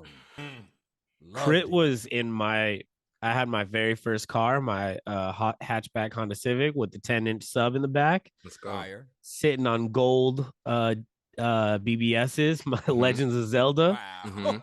And that Mhm. motherfucker was slapping. Like Mhm. Crit was in my shit. Consistent rotation. Mm. Live from the underground came out, and I was like, dude, what? Yeah. Came out Yeah. kind of late too, because It was late. for like a few years prior to that, and going He on just- like tours, and all that Tours. shit. Tours. Yeah. It's always those names you bring up. It's Crit, it's Currency, it's Smoke Dizza, it's all of those Yeah. trajectories that are like you should be huge household names. No Wiz matter was able to what. do it. Wiz did it. Wiz did it, but I didn't like it. He blew up, but I wasn't in. Black and Yellow at that point, Yeah. I was like, I'm good. It's just too You were pop. good? It's I loved it. it's not that it's like not I good. loved It was just too pop for me. Because what he did was he did the J formula, right? He did a couple pop songs, but then he stayed true to his. He just started smoking more weed. He just started Yeah. singing about I mean, it. I'll go Double with down it. on smoking weed. Yeah, got Yeah, that and you Rolling thought Papers album, that wasn't it, bro. No. Mm-mm. That's what I'm saying. Once that kind of happened, I was like, this I ain't would say- cushion orange juice anymore. That's Kush true, and, too, though. and Orange Juice, we should look at that as Wiz Khalifa's main album, his masterpiece. That's his magnum opus. That's his debut greatest work. album. When It that is. came out, I was in college, and that shit had every campus by storm. yeah, yeah, That Mesmerize song, Yeah. come on, bro. Cardo, Kid Frankie, Mm-hmm. damn, and Crazy. he had Killer Calleon, another Houston Mhm. artist on the album. insane. Fire. You know who had Yo, one at shout that out. time? Sci-Hi had one at that time too. I forgot Hi, Sci-Hi bro. was Sci High. Sci-Hi is was on another that one, trajectory. man. Where's he that- from? Cleveland? Is he from Ohio? He's from Cleveland. Sci-Hi is He's from Cleveland. He's from Cleveland, but has Chicago ties, obviously. yeah. Yeah, But- because yeah. Sci-Hi, man, that's another one, bro. That Bars. dude can spit out gems, Bars. but Got the pen. he, Kanye got him. Yep. yeah, Yep. Yeah. yeah, man, Yeah, he got him. and he can't Rhyme say Fest shit. and Sci-Hi, both of them. Rhyme Fest and Sci High got Kanye'd. Smart And move. not in the good way. DLC too, and consequence. Consequence. 88 Consequence. Keys. 88 Keys. Keys. Keys, Everyone. 88 Keys is probably the worst case. That's the most egregious. No. We just saw the worst case happen. Lupe. Designer. Oh. We just saw it happen. We see it. You know, right you now. know what? I don't think we saw. I don't want to say Designer's the worst case because I don't think any of us really had that much faith in Designer. Nah, it was We were not like, good. how long is that gonna last? No, it wasn't how long it was gonna last. It was like, what can he do next? Because it sounded too much like Future, right? So we like, right. It was fun and it was good for the song, but I don't think any of us were like, this album guy's was it. terrible. I think Sci High, I was like, this guy's gonna be sick. Or like 88 Keys. I don't even want to say that's a bad case. 88 Keys had a good career. Like, we know that he was the man. Sci High, Rhyme Fest, like what about what was the group? What was the group name? Colin, help me out. What was the group name? With Lupe and Sarah. Yes. Sarah. Sarah. Sarah. No, yes. no. The Farnsworth Bentley. Yeah. Yeah. Sarah was the guys who made the beats. They put that album out too. Album's fire. Album was fire. Too. You know who I'm gonna throw in this group? Glorious. That should be fucking huge. You know who I'm gonna say? Kenna should be a household fucking. Yeah, oh absolutely. My God. Yes. Oh, I know that you old school. That boy say Kenna. Think about the love on your ass. He had the perfect recipe. He had the Star Trek beats. He had the delivery. He had Mark Ronson. He had all of that. Hey, watch Kenna make a return at Coachella next year. So somebody's gonna get a hold of that song and make it TikTok famous. Let's do the lightning round. Lightning round. This is for Tony alone. One artist you keep and the other one gets deleted out of existence. You can never hear this artist ever again. None of their music, no nothing ever again. Not even at the desert when you do your live shows and shit, man. I fucking None love of it. talking shit None about of it. music. Let's go. Starting with the matchup for our guest last week. We had A-Track on the show last week, so we gave him the matchup. This is for you now. Duck Sauce or Chromeo? I would lose Duck Sauce and keep Chromeo. Because I think Chromeo has a better live show, and I haven't thought about Duck Sauce since it was hot. Okay. Yeah. Sean Paul or Beanie Man? Oh, damn, that's kind of hard because I really fuck with both of them. But in all honesty, I've definitely slapped way more Sean Paul just because of my age. You know, if I was a 90s nigga, it'll probably be a lot more Beanie Man. And, you know, shout out to Beanie Man, but he did say boom, boom, bye-bye in the Bati Boy head, so he out. Buju Banton. Buju. Oh, that's Buju. Pardon me. Pardon me. Actually, you know what? Stop. Because Beanie Man's song with the Neptunes and Maya. Oh, yeah. Dem Sugar. Girls Dem Sugar. I was going to say Feel It Boy. That's one of the first That's Janet, I though. ever rhymed on. I love that beat. Word. So you like the Don Toliver remake of that too? I've been playing that. No Don Toliver, but sure. Damn, I would have to go with guess I gotta go with. I gotta keep it to Sean Paul, man, because I'm still rinsing Sean Paul every time that I DJ. That nigga said, "Give me." Shout out to DJ Puffy. He put us on game. Yeah, Puffy put us on. Put us on game. Beat Nuts or Alcoholics? I gotta go with the licks, man. I love the licks. I love the licks. Shout out to Beat Nuts, but the licks, that's more of my flavor. You know what I mean? I used to fuck with Cypress Hill and Prince Paul and all that type of shit. Hell yeah. Me. And I like, you know, fun, silly shit. They whole vibe was that, yeah, we like some backpackers, but we party and shit. Yeah. I dig that. Yeah. Yes or No Doubt? Bye, yes. Bye, yes. No Doubt saying Don't Speak. They did. And True. Just a Girl. Did. Just a Girl is one of my go-to karaoke songs. Come on now. Banger. Valid. Banger. Thundercat or Toro y Moi? Thundercat gotta go because I'm a Toro y Moi fan. Man, this is kind of easy. Okay. I'll remember that. Okay. LCD or Strokes? LCD gotta go. Woo. Because the Strokes did sing New York City Cops, and I fuck with that song. Yep. I love how the whole hook is New York City Cops. They ain't that smart. That's fire. And September 11th happened. They're like, Not on my CDR. I still added that to the end of their album.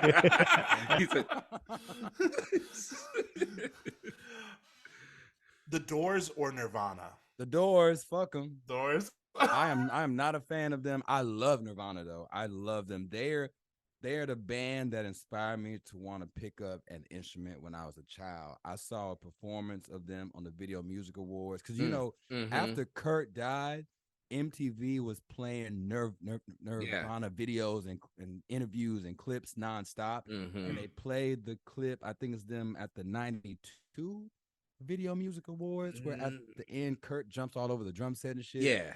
I saw that shit and I said, Granny, I need some drums, and I beat the fuck out of my drums. Just to fuck them up. I was jumping all over them hoes. Your friend Paul Wall or Mike Jones? Oh, Mike Jones, goodbye, nigga. Goodbye. Check it out, though. Now, back when I was a kid, I was a PA on music videos, like helping it out, carrying stuff, picking up catering. And we did a Mike Jones video.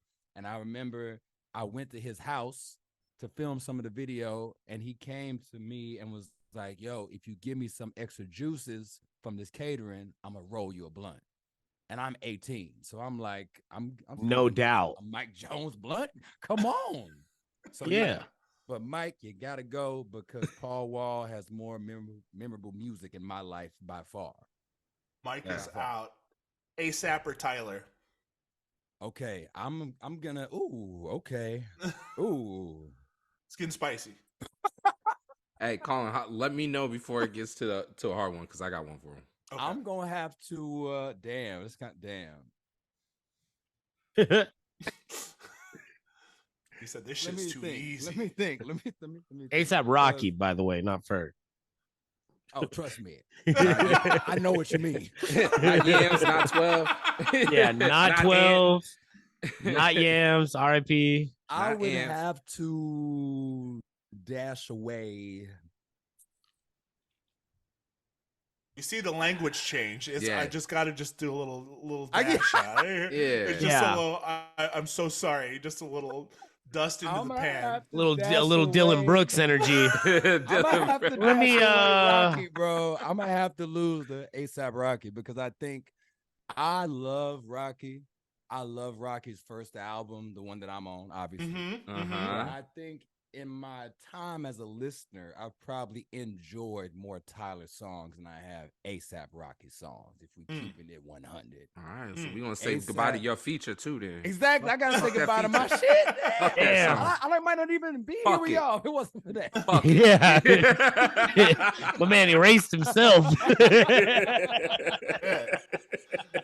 Yeah, have we ever had that? We haven't had that yet. That's the first time. That's the first for everything. That's the first time.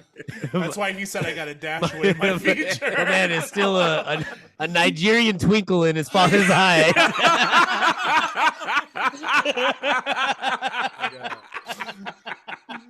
I hope you like country music. That's all we got. Oh, hey, speaking of country music, artist, my nigga, I would have been fired. It's like country was my music, preference. Come on. All right. So, hey, Brooks and Dunn or Alabama? I'm gonna go with Brooks and Dunn, man. Okay. Because I've never gave you enough time to think about that shit in my life. I never gave a fuck about Alabama as a band, a state. At a I state, fuck with Brooks and Dunn. Yeah. None of it. Come on now. Oh my God. Limp Bizkit or Korn? Korn, baby. Korn is number one for me, man. Okay. Because Korn still got shit that I jam to this day. I love their first album. I like their third album, the one with Freak on the Leash, too. Yep. Korn is jamming like a motherfucker. Limp Bizkit, they ain't it. And I can't lie, I bought a Limp Bizkit CD back in the day. Yeah. But I remember the day I took down the Limp Bizkit poster from my bedroom wall because I was like, this ain't it no more. These niggas is whack. Korn is fire, though. Korn is fire. Korn's first album, if their first album came out now, you would think that they were Turnstile. Yeah. No, you're right. This is true. You're right about that. This is absolutely I think true. we've mentioned We've mentioned Turnstile on the show. There's many times. This is a Turnstile safe space. Yeah, we're we very fucking pro. love Turnstile around Yeah. here. And I know there's That's people fire. like they sold out. They did this. No, they're Nah. fucking dope. They were dope. They are They're dope. still Like dope. it's fucking dope. I don't think that they sold out at all. They just No. got a real ass producer and They just got made bread. great music, and they honestly made an album that was all of their direction. I Mhm. know the bass player Franz and niggas is fire. I Mhm. fuck with Turnstile. Mhm. They've been doing it for a minute too. They deserve to be on the big stage, on the national stage. They've been putting out music as long as I have. That's for damn sure. Neek, Straight the up. big sigh. Yeah, man. Yeah, Neek, what do you got? You're not fucking with Not a Turnstile fan. I think Turnstile is former just fan. not a fan. Never have been a fan. I think they are just a harder version of Hello Goodbye. Nigga, what? Hello Goodbye. Stop. Niggas have Stop, keyboards in their bro. music, dog. Bro. That shit is not Stop. tough. Everybody's trying to convince me Stop. that Turnstile's tough, and they're not. I mean, I wouldn't say that they're the toughest, heaviest band, but Right. they not whack. They not no Hello Goodbye. Yeah. Come on, They're just bro. hardcore Hello Goodbye. What? Get out of here. Jesus. Get out of here Disrespect. with that. Get Yes. out of here. I'm not Fucking in. disrespect, bro. All right, this all guy. right. We're gonna turn up the heat on this one. I'm gonna act like I didn't hear that. You know, it was hello, goodbye, shout out, talking about Turnstile. My Getting God. a little too loose around here. All right, tighten up the belt a little bit around here. Hello, goodbye, and Turnstile. Jay Dilla or Pete Rock?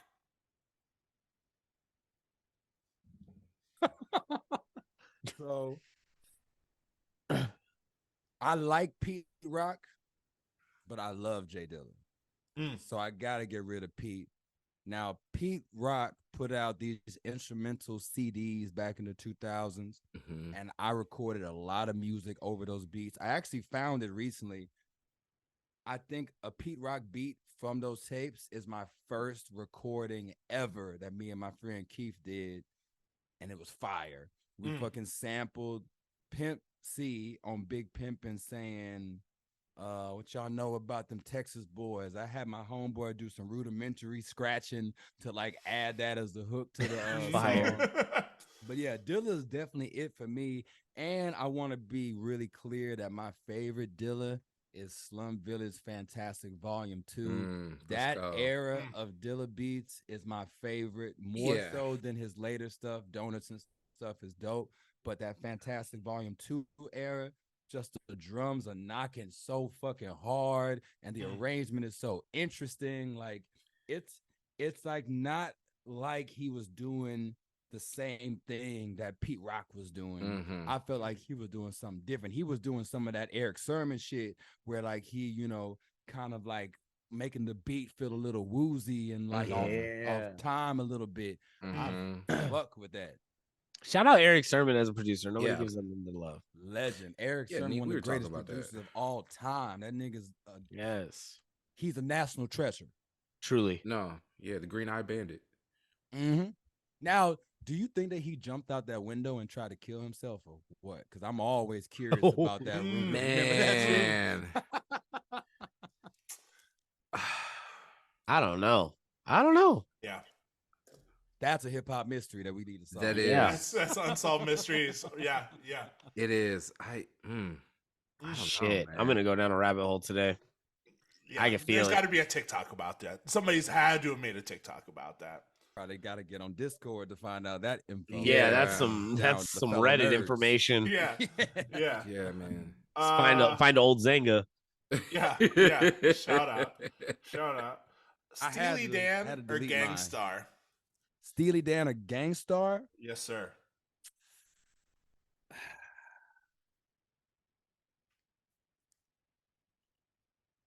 I gotta get rid of Steely Dan, dog. Okay. I gotta get rid of Steely Dan only because of one Gangstar song, Mass Appeal. Yeah. That's my song for life. I used to play that instrumental over and over and over and over. I'm just mesmerized by it. It's so catchy. God. I Shout out can't to wait till we Primo. start putting scratches back in hip hop music. We need to do that right now. I'm ready right now tonight.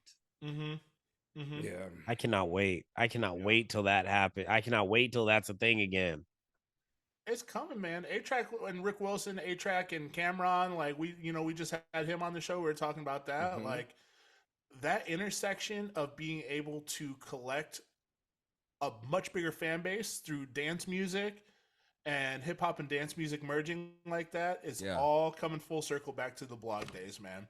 Yes, it is. It is. Like Club music big again. People know how to make money, like people know that they can throw darts and reach a much wider audience on this shit, and there needs to be more of an intersection on that. Yeah. Couple more for you for the lightning round, then we're going to get into a quick little history chat with you.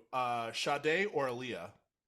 Oh, now that's actually a very, very, very difficult one for me because I have some life-changing moments with both of their music. I love both artists. So angelic and ethereal and just peaceful. I remember when I was making my first mixtape, for some reason, I'd have everybody sit in the studio and I'd turn all the lights out and I'd play Sade, Love is Stronger Than Pride, just because I thought the song was just so beautiful. And I'm like, man, it's for the ambiance. I gotta go with, damn. This fucked up, actually. This is not cool.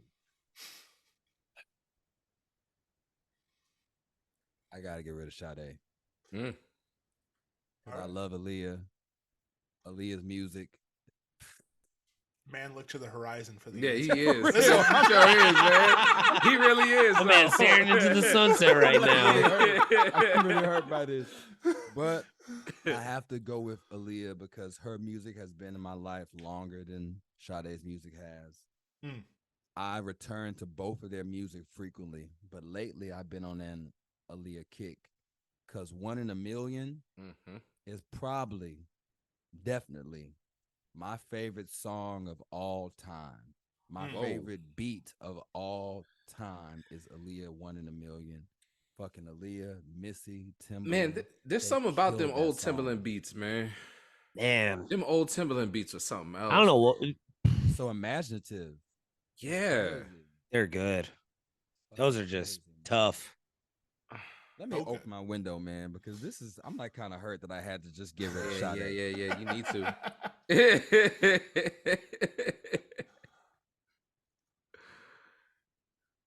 Two Get more the for the ambiance lightning of the round. birds chirping and shit in here. You feel me? 2 more for the lightning round. 3 more, Bring it on. actually. Y'all actually made it harder too. Y'all were like, all right. Yeah. Tupac or Biggie? It's fucked up, man. You had to have known this one was coming. I actually didn't, but I should have. I'm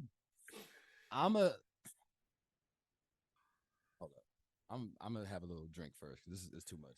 See, it's different when you go on record with these answers. It's different when people are hearing this is what Fat Tony likes. Yeah, it ain't no barbershop This is Fat talk. Tony's opinion. Yeah. Too much, bro.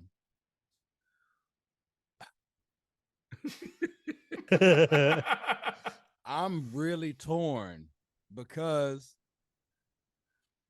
Tupac and his music was the music that I probably heard. Damn, actually, hold on, give me a minute, bro. This is a lot. It's a lot. That's a lot. That's a big decision.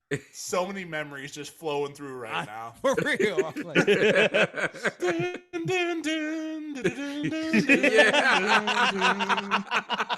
That's the song you went to.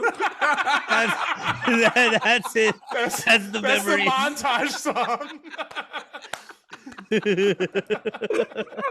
Biggie did say I put hoes in NY onto DKNY, Yep. which is So so sick. Bars, sick. bars, Yep, yep. bars. So I don't know sick. why. I just love that line. I put hoes in NY onto DKNY. Damn. But Pac made White Man's World, which I love. Mm-hmm. And hold up, bro. God damn it. Damn, I done cried to so many Pac songs. I done learned to rap from so many Biggie songs. Everything you need. Yeah. Damn, can we get a third option? You know what? Fuck it. Yeah, Fuck hello, goodbye. Hold on. You know what? Fuck it, bro. Fuck it. Fuck I'm it. getting rid of motherfucking Biggie Small. Whoa. I'm There it getting is. rid of Biggie, bro, Okay. because Pac got too many songs that truly pulls at my heartstrings. Like there's some Pac songs that I used to play if like someone I knew passed away. Mm-hmm. Songs that I play when I'm thinking about the motherfucking cruel ass society that we in. I feel like Pac's music thematically is more important to me than Biggie's music thematically, even though I love Biggie to death. I also love putting hoes in NY onto DKNY every chance I get. You know But what? I was gonna say 100%. that you could have rapped that now because you got rid of Biggie, but you also got rid of yourself too, though. So I didn't kill myself several times on the podcast. God damn. What's next? Like, who's that rapping? yeah. It's just instrumental for 16 bars. Shout out to ASAP though. I fuck with him and I miss Yams big time. Yams is the motherfucking man. Yeah. Two more for the lightning round: Prince or Michael Jackson? I mean, first of all, nigga, I'm purple. First of all, I'm all the way. Yeah, there it is. Purple. Hell yeah. So It you is. know I'm kicking Michael Jackson's ass out of here, even though I fuck with him, and I still listen to Michael Jackson every now and then. He's an amazing artist, amazing songs. My favorite Michael Jackson song right now is All I Want to Say Is That They Don't Really Care About Us. That song's been making a comeback lately, Michael. man. Really? Yeah, man. I've been hearing it a lot lately. Yo, Michael spaz on that song. For real. Me and Travis are on another part of me right now. We are. we another part heard of me. it in You know LA what I and like now to we're do? playing it out. Yep. Know what I like to do? Honestly, I like to get on YouTube and listen to Michael Jackson acapellas. Man. His What? voice, him stomping around the studio, the passion and emotion in his voice is fucking amazing. Dirty Diana. That was always my song growing up. Michael Jackson is actually very funny. He is funny. I've been having a lot of fun watching Michael Jackson capping on his fans. Oh. Yo. Firing people. Firing firing people. Like he's very firing funny. people in the song. In the song. Tour manager. Yeah. What you gonna do? Yeah, Michael what you gonna Jackson do? on that James Brown shit. He not playing with these niggas. Nah. You miss a step, you done, bitch. Was it Chad? Chad was his name, something like that. I forgot. Something like that. Yeah, he did it Michael in the didn't give a concert or fuck. something. Dude, Michael's firing people left and right. That's I am a between Prince him and stan. Prince. That's a fire off. I got to Prince? imagine Oh, Prince yeah. was just out of here, out of here, out of here. Yeah. Nah, that's true, bro. That's fucking true. The Honestly, BF, everyone. Get the job of a Honestly- lifetime and lose it in 24 hours. 24 seconds. Get out of here. that boy, oh my God. You know, Prince, though, Prince is my favorite artist of all time. Of all time. Changed my life, has inspired me to no end. And I found out about Prince through my high school history teacher, Mr. Garner. Mr. Garner was my teacher who loved music, and he put me on to old school rap. He's the first person to show me Souls of Mischief, which changed my life. He showed me Gangstar, Pete Rock, all that shit. And I would show him punk music because that was something that he was foreign to. I'd be bringing like Bad Brains CDs to him, Clash, all that shit. And this one day, I always knew that he was a Prince fan. So I came to him one day and I was like, yo, I've always been aware of Prince. I always liked Prince. But I spent the weekend and I really listened to Purple Rain, the album. And I really listened to this other album by him, Dirty Mind. And I really, really liked it. Can you tell me more about Prince? And he was like, come to my class early before homeroom tomorrow. And I came to his class, and this fool burned me like 9 Prince CDs. All the 80s Prince albums and his first album from like 78. The First Time album. Burned me some like live albums. And he was like, yo, go and sit with this. And all throughout college, I listened to those 9 CDs over and over and over and learned so much about Prince. And it just set me on this journey of being purple for life. I hate to do it to you. Top 3 Prince songs. Okay. How about, as of now, I would say Glam Slam. Okay. 17 Days. Yes, let's go. Love that song. And Erotic City. That's my top 3 right now. I've been playing Erotic City in almost in every set of mine with Diddy last night. Oh, Last Train to Paris. Yo, by the way, I fuck with Diddy, and I loved his Last Train to Paris era. I was like, this is me, bro. Take me to the Do you remember? Club. You remember the Last Train to Paris mixtape that he did the House Cat? What? Yeah. Oh, yeah. Right? No. Yep. I'm talking about the one with it's called Love, Hate. Oh, maybe I don't know that. And it's one. all R&B versions of Last Train to Paris. I don't know about that. I need you to put me on. What I was thinking about is this Felix the House Cat and Diddy tape called Electro Black. I remember that. Shit's insane. Yes. I'm about to drop that in the fucking chat. This shit, because during that whole blog era, much like an 8-track, I was fucking with house music, techno, electro. Still am. I fucking love that shit. So when I saw Diddy going on it, I'm like, oh, it's time. I can be me. I'm about to. Yeah. That's the most Miami. That's the most that I got. Yep. It's just Diddy just spazzed out, mic on, just run it. It's from another dimension, man. It is. This shit's wild. Man, please. That's Diddy after links. partying. Share these links with y'all audience, man, because we dropping some gems in here. Yeah. Yo, one of the best stories ever heard about Diddy during that Last Train to Paris era. You know, he had a bunch of writers. Pharoah Monch was like working with him, bunch of rappers, right? And I heard through a friend of a friend, and I hope that this story's true. One night he told the writers, yo, after studio, come to the club with me. They get to the club. It's Diddy. He's in his section. It's some girls with him. And Diddy's looking bored.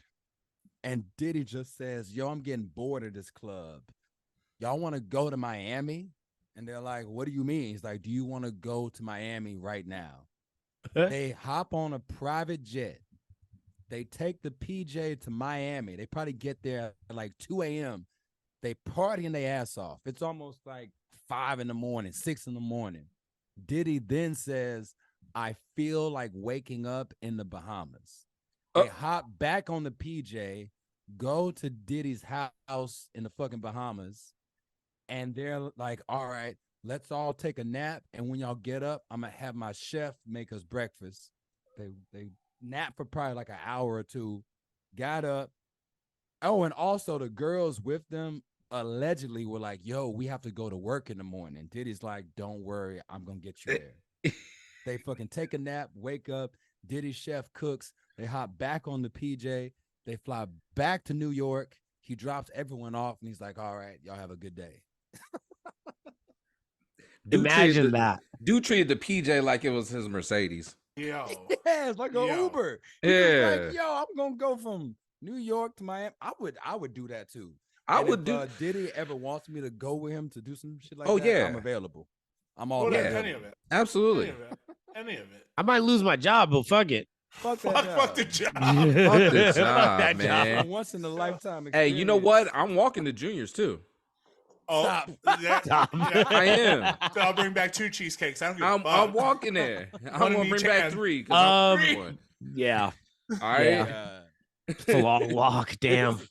Hey. We always ask this question on the show. We always ask this question. Outcast or Hall & Oates? I gotta go with Cast. Okay. Okay. I gotta go with Cast. Now, Okay. Hall & Notes are dope. I love this song, Private Eyes. Mm-hmm. You know, Say No Go, all that shit dope. But that Cast, though, for me, Fat Tony, Outkast means the world to me. I fucking still jam Outkast every week of my life, and I've been jamming them since elementary school. The Hey, first Speaker time Box I or Love ever- Below? You know what? That's a great question because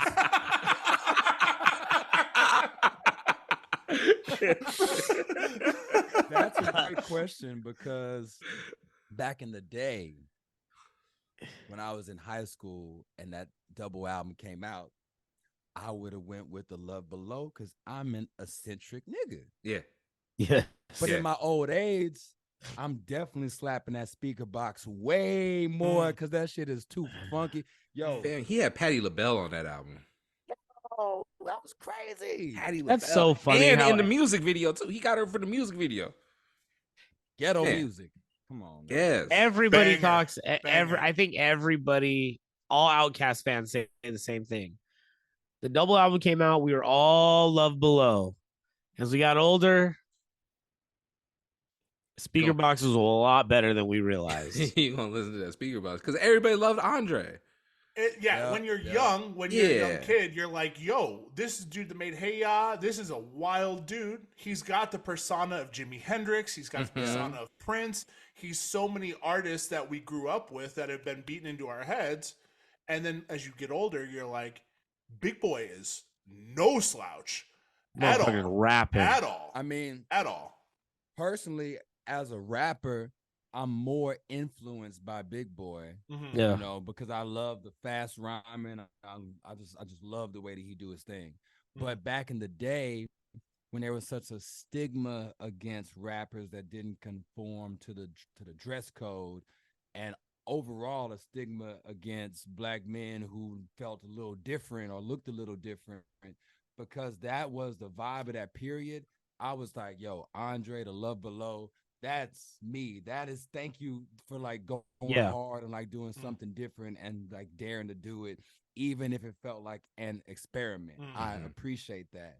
But in my old age, Speaker Box is also music that I think better fits something like my godmother making those line dancing CDs. You know what I mean? It's like grown folks music, stepping music. Yeah. Yo, I Like the Way You Move, gotta be my favorite stepping song of all time. I could be They're stepping in the 55 music video. jamming that shit. Yeah. Yeah. I could be 55 years old right now jamming that song and it would feel age appropriate. I want to say for the record, The Way You Move was always better than Hey Ya. I think so yeah. too. Yeah, I think yeah. so too. Day one. Yeah. Yeah. Definitely. I hated Hey Ya. what's funny? Loved Love Below, hated Hey Ya. I was playing Hey Ya for my homegirl the other day, and she was like, "You must really like this song." I'm like, "Damn, has it aged out and it's not cool no more?" Like, You know what? I didn't think it was cool then, but I love that album. I fell was in love. listening to Rolling Stones and shit like that when I was in middle school. So Hey Ya was that English pop sound. That Right, English yeah, I fell back in 70s, love with 60s, Hey Ya. 70s. Yeah, I fell back in love with Hey Ya because of George Harrison. I Got My Mind on You. Right. Okay. Right. Yeah, damn I near get the that. same I get song. that makes sense. Yeah. I get Yeah. that. I always thought of it as like kind of being like, and I think that Andre said something about this in an interview back in the day, that he was listening to like the Smiths, the Cure, you know, kind of like the post-punk music, which I was always about because I love everything punk and hardcore, period, for the most part, especially from like the 70s and 80s. So hearing that and then hearing the song and it just being like a 3-chord song, I was like, yo, this is me all day. Yeah. And I even, on my first mixtape, I rap over the Hey Ya beat. And when I used to play it live, I would play the bass line on it live along with the track while rhyming the verse, just because I thought that'd be different. You know what I mean? Mm. I like Hey Ya. It's aged horribly. It's aged horribly. Kind of. You know, at that time you couldn't escape it. Yeah. It's one of those like, yeah, you couldn't escape it. And it's also one of those songs that's kind of like a time piece. Yeah. Right. Like where it's like a song made to emulate a different era. Right. Yeah. It's like 90s, 60s type shit. Like we're doing like D-Light, we're doing the 60s or really B-52s rather. We're doing the 60s and the 90s, or we're doing the 70s and the early 2000s, and it doesn't. It's not a bad pop song. It's just it's a weird timepiece now. 20 years later, almost 15 years later. Shout out to you, bro. I love you for never fucking with Hey Ya. That's so dope. That's fucking cool. 8th grade me was like, fuck this. She Lives in My Lap was my shit. Oh well, yeah. In Prototype, I was just like, fuck that. In Prototype, right? Yeah, Prototype. Like, get this bullshit off. Yeah, those songs are like, She Lives in My Lap and Prototype are like, I feel like what Frank Ocean connected to and 100%. took his career off of from. I'm gonna tell you totally what I think swiped. the dopest shit to me was Dracula's Wedding. Hearing Dracula's Wedding. That song. Hearing that shit. Yeah, man. So cool. Yo. So cool. Because I had a microKORG synth because I watched the Drop It Like It's Hot video and I was like, Granny, I need this. I can do that. Yeah. Look, hey, see that right there? Yeah. I could tell that he used a preset on it to play that part. So I was like playing it over. I was like, yo, this nigga hard. He using the same shit I'm on. And the same shit the Neptune's on. This nigga fire. It's so fucking dope. And Khalees on that shit. I Like, love man. her. Khalees was cool. She was so cool back then. Khalees is making a comeback. Good for her. Celebrity crush. She's cool. Back in high school. Yeah, man. When she had the big ass fro. Nigga, big fro, natural, small waist. Oh my. Organic like the planet. That's what I'm talking about. That's what I like. Khalees had my heart, man. Let's go. Khalees had my heart, and then she married Nas, and then Nas aired out her dirty laundry. And I have to bring this up while you're on the pod with us. First of all, we're gonna have to do another episode with you later on. Absolutely, totally we're cool deep diving right now. We're deep. We're deep. Real quick, Flip Flop off the speaker box low below with Jay on it. Come on, song. I used to like that song, bro. That song I don't know if everyone likes it, but I fucked with that, bro. Shout out to Big Boy. Shout out. I gotta talk about the best game console ever, Sega Dreamcast. I have to. You brought it up. I saw it on your IG, and I was like, yo, people need to know that this was the best video game console ever created. I'm gonna say just because of Shenmue alone. Great game. Wow. Sega Dreamcast had that first first 2K, right? Fire. Yes. With, Yeah, Randy Moss on the cover? in NFL 2K, right? Yeah, I had them both. The shit was hard. Man, that was the first time that I actually saw in video games lean football players that were supposed to be lean, right? Yeah, because they're all big. They're all big.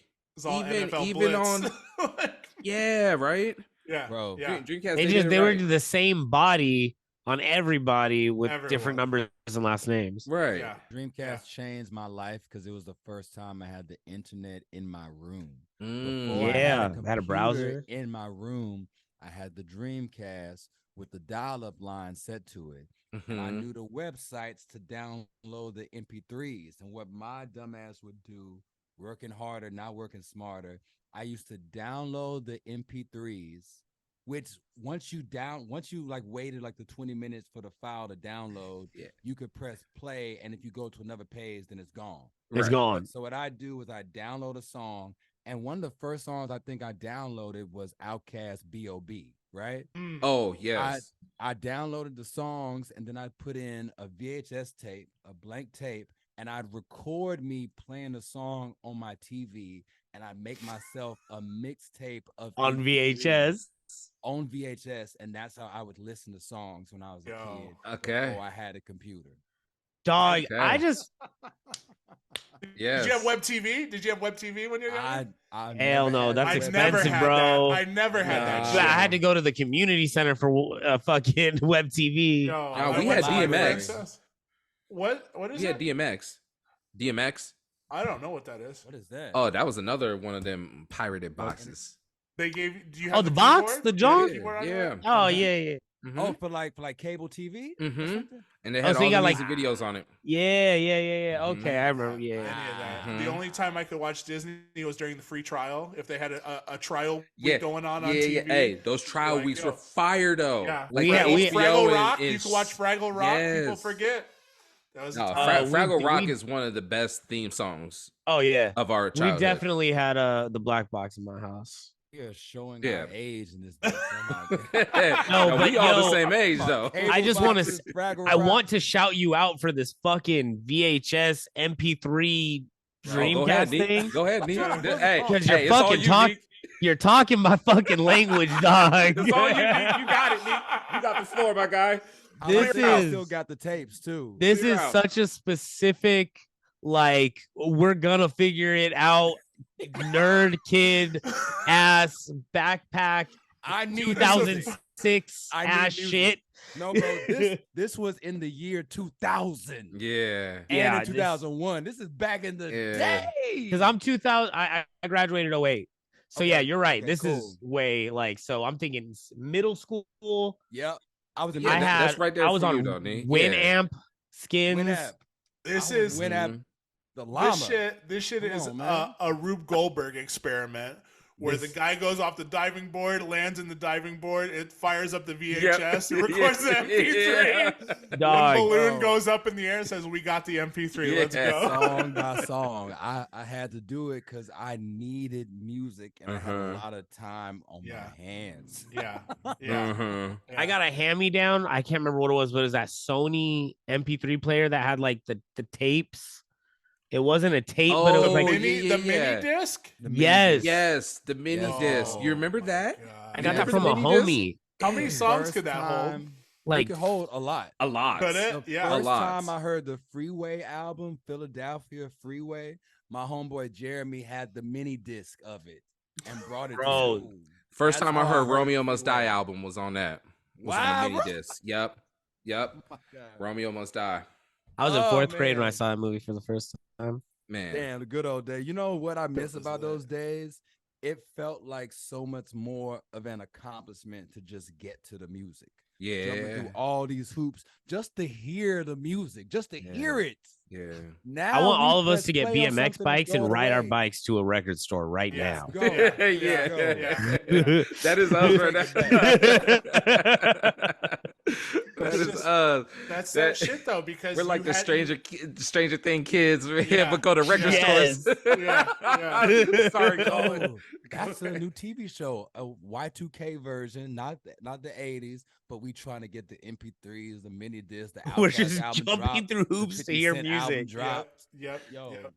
somebody It's- call it's- Netflix, bro. Yeah. Yo. The writers on strike. We can do it. We can That's a do good this little shit. concept. I'm with that. It was such a time and a place. I had so many soundtracks. I had the Yeah. soundtrack from "Don't Be a Menace," which was a fucking course. banger Yeah.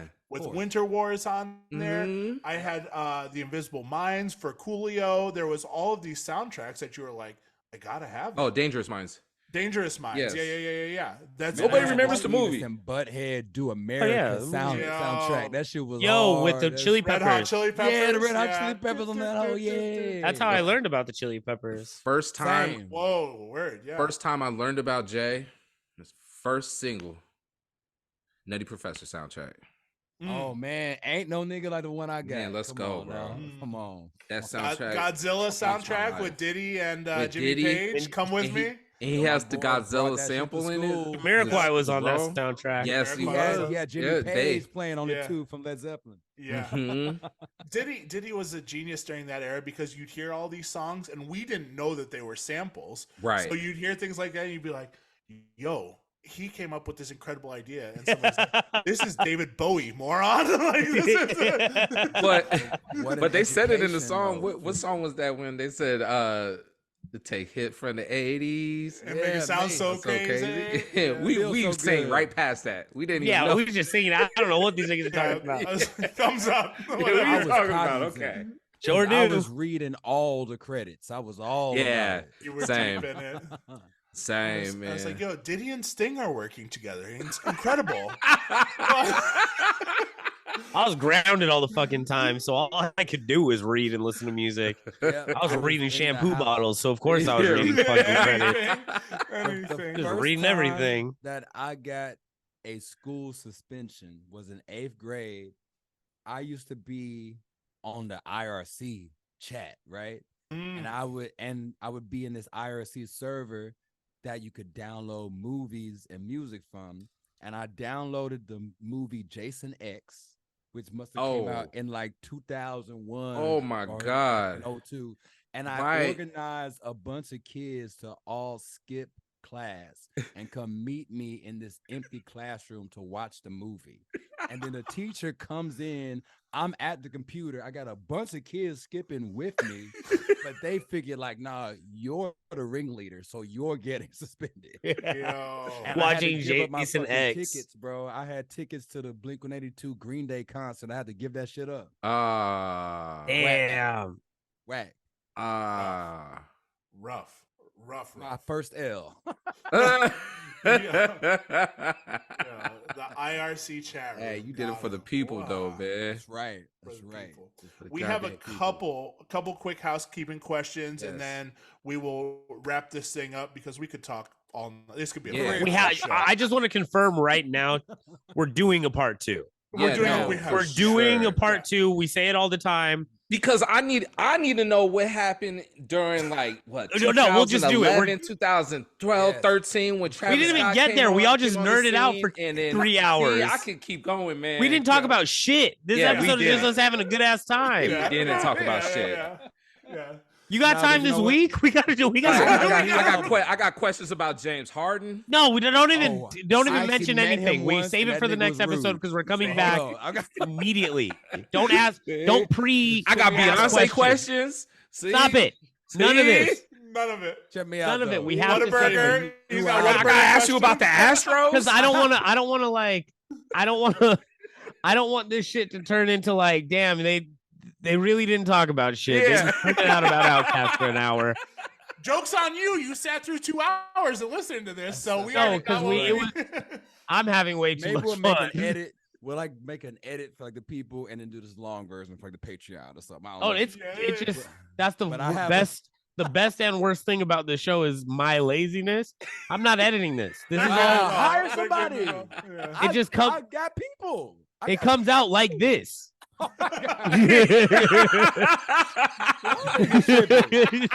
But look, check me You're gonna out. love I the have way a this new ends. album coming out. You're gonna love the in way it August. sounds. That's the new commercial right there. I got a new album coming out in August called "I Will Make a Baby in This Damn Economy."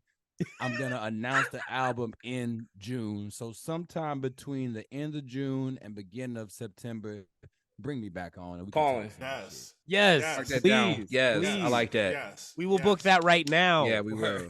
Yes. We and I really promise you, we'll do all that shit first before we nerd out. Bring Word, the let's- here's what we're gonna do. Bring the tour to Vegas. We'll open for you. We'll Okay. just have a roundtable chat with you. Actually, And then I've been you can- itching to come to Vegas. Actually, to be Come honest, through, with you. dude. Shit. why don't we just do the album release party and we'll host it? We might need to do that in Vegas, bro. We might need to do that. We might need to. We'll just set this shit up right now. bad boy. Yeah. Just get the video. Shiny suits and everything. We'll all wear shiny suits. Yeah, we'll dance on I Fremont. don't give a shit. Let's go. Take me to downtown Vegas so I can be with the Yeah. people. Yo. Come on. Salt Yeah. of the Watch- earth people. Let's go. Watch Jason X. It'll be The brick sick. by We'll put Jason X on the projector. It'll be fucking sick. Sponsored by Sega Dreamcast. Yeah. Yes. You get a free Mountain Dew Code Red when you come in. Wow. Speaking of, And a vanilla Coke. Let's go. And a vanilla Coke. You get Speaking two of that- sodas. So speaking of corporate foods, Wait, can we just talk about showing up to somebody's gig and you get 2 sodas? It is fucking what I'm the all fuck? with it. Essentially a strip club. You Yeah. got 2 drink minimum. I'm You with drink it, bro. minimum, but it's only these 2 drinks. Code red vanilla Coke. Let me tell my girl, yo, sorry, but I gotta go to Vegas. I'm Yo. What I would like to know is we like to set our friends up with fast food endorsement meals around here. okay. So what I want to know is what is the Fat Tony meal and where is it? And it has to be, this is a corporate thing, so it can't be local, but it can be regional. It's Okay. already got a great name too. We can market the fuck out of that name, the Fat Tony. It's meal. already It's already set for Fat Tony. success. Yeah. It's made People for gonna this. eat it. If in America, if you put fat or big in the title, people are buying it and eating the fuck out of it because Yeah. they want a value. Exactly. Now, my fast food, so I'm vegetarian. I'm not vegan because I still fuck with dairy. Right. I like that milk, but my fast food is going to be vegetarian and vegan friendly, and it's going to be the best veggie burger that you can get on the market in a drive-through because that was really lacking most of my life. It The still only is proper kind of, I veg- feel it like, is man. still, honestly. I But mean, the it's only- available, but it's probably not good. It's not The that only good. proper veggie burger popping when I was a kid was at Burger King. They Mhm. always had a veggie burger. So my Fat Tony meal, it's gonna be a veggie burger. It's gonna have mustard on it, not the mayonnaise, because we don't do that unless it's just a dab of mayo. But Okay. it's Just gonna have just the an good aioli, mustard. not a An mayo. aioli, yes, an aioli. Something with some class. Yes, So my yes, mustard, yes. Now my mustard gonna have a little bit of the seeds in it. You know, it's gonna be the real shit. It's gonna be a little A spicy. Dijon. Okay. what I Yeah, mean? mustard on the beat. Let's go. Yep. My burger gonna definitely have a little bit of jalapeno on it because I like that kick, and I'm from Houston, Texas. That's what we Jalapeno. do. You know what I mean? And for like the side, I'm gonna skip the fries, and I'm gonna do like Sonic and give y'all tater tots. You feel me? Ooh, yes. Now the ice is gonna be crushed, so you can munch on that shit after the Hospital meal's ice? done. Mm. The hospital ice, Yes. the good ice, the quality ice. Yep. And You know what? Hold on. Why does Sprite taste different in hospital ice? Have we talked about this? Let's get into it. Hold on, wait, no. Hold I on, know, wait. I know. That's my fault. That's my fault. You're- That's my bad. That's You're on talking me. our That's on me, language, y'all. and you. That's on me. That's on me. Yeah. Neek's separating everyone. Yeah, I yeah, love yeah. this. That's on me. Hold on, That's on- everybody. That's on me. We're gonna chill the hell out. Let's get into it. You're too much like us. You need to stop it. This might got a conversation. I swear to God. let's get deep on Sprite. Tony, No, we have a chair for you every fucking episode we do, sir. We Yeah, have, holler yeah. at me if you need. God damn it. third party. Damn it! I What the got hell? This is Spider-Man looking at himself. Is that me? Yeah. What the fuck did we do? I blame Yeah, Oreo Jones. We fucked up. Yes. Yeah. I love him. I Yeah, love him. this to is Sean. on him. Shout Shout out. to Sean. Okay, so your drink. What is the drink? So I would have to go with Sprite because Sprite is Okay. the shit. Yes. I also got to go with that Coke Zero because I fuck with Diet Coke, but that Coke Zero is a little closer to the classic. Mm. And anytime I have a drinkable soda that's 0 calories, I gotta fuck with it. Mm. I'm mad Okay. at that. Okay. So you have to pick an establishment, but I feel like this meal kind of picks it for you. Where are we going? We're going to the what Whataburger. Come Yeah. on now. Come Do they on have now. tater tots, or is this just exclusive to the meal? They Nah. have hash browns. have hash in browns. The morning. Yeah. They, they got the spicy. They have ketchup. tater The tots, ha- but you the hash have browns to get. look like tater tots. They're like They're like tater hockey tot pucks. bites? They're like pucks. they're Yeah. like yeah. Yeah. Oh, the little. The little Yes. pucks. Yeah. Yes. Okay. Yeah, the little pucks. So Kinda like this Burger King. Yeah. the Fat Tony meal is going to be the only meal where you can get tater tots at Tater Whataburger. tots, yes, and a veggie burger, which they don't do at Whataburger. They need it. Right. They They don't. They really missing out on so much money. To be honest, Uh-huh. with you. Yeah, yeah. Mhm. There it is. I The love Fat it. Tony meal. That's a Eat great it. meal. Like Eat it. it. Eat it, bitch. I was surprised there wasn't a Frito pie in the mix. I'm not a Frito pie guy. Mm. Really? Okay. Now okay. my mom likes the Frito pie thing, but I Mhm. was never a Frito pie fan because I never been into chili. You feel me? Like I'm not I just never developed an affinity for meat. You know what I mean? So I was Right, right, never really like barbecue, chili, right. sloppy joes. I don't even know what a sloppy joe tastes like. I fucking saw that shit. I'm like, nigga, no. It's No, yeah. no, First of all, thank it's very messy. It's Yes. exactly It's what messy. it's not fun to eat unless you're into that, in which case. I'm not trying to have my food sloppy. I'm sorry. Right, right, I'm just right. not. Well, See, Um, I go grew ahead. up in Arlington, so Frito Oh, pie is like a shit. handshake. It's yeah, like, here we are. yeah. I've Like, been Here to you go. Arlington. Hello. Wow. yeah, Arlington is interesting for What sure. the You mean fuck is? Arlington, Texas, or Arlington, Virginia? Arlington, Texas. Okay, Yeah, wow. Uh-huh. Yeah, I have been there, buddy. It Yeah. almost feels like a ghost town.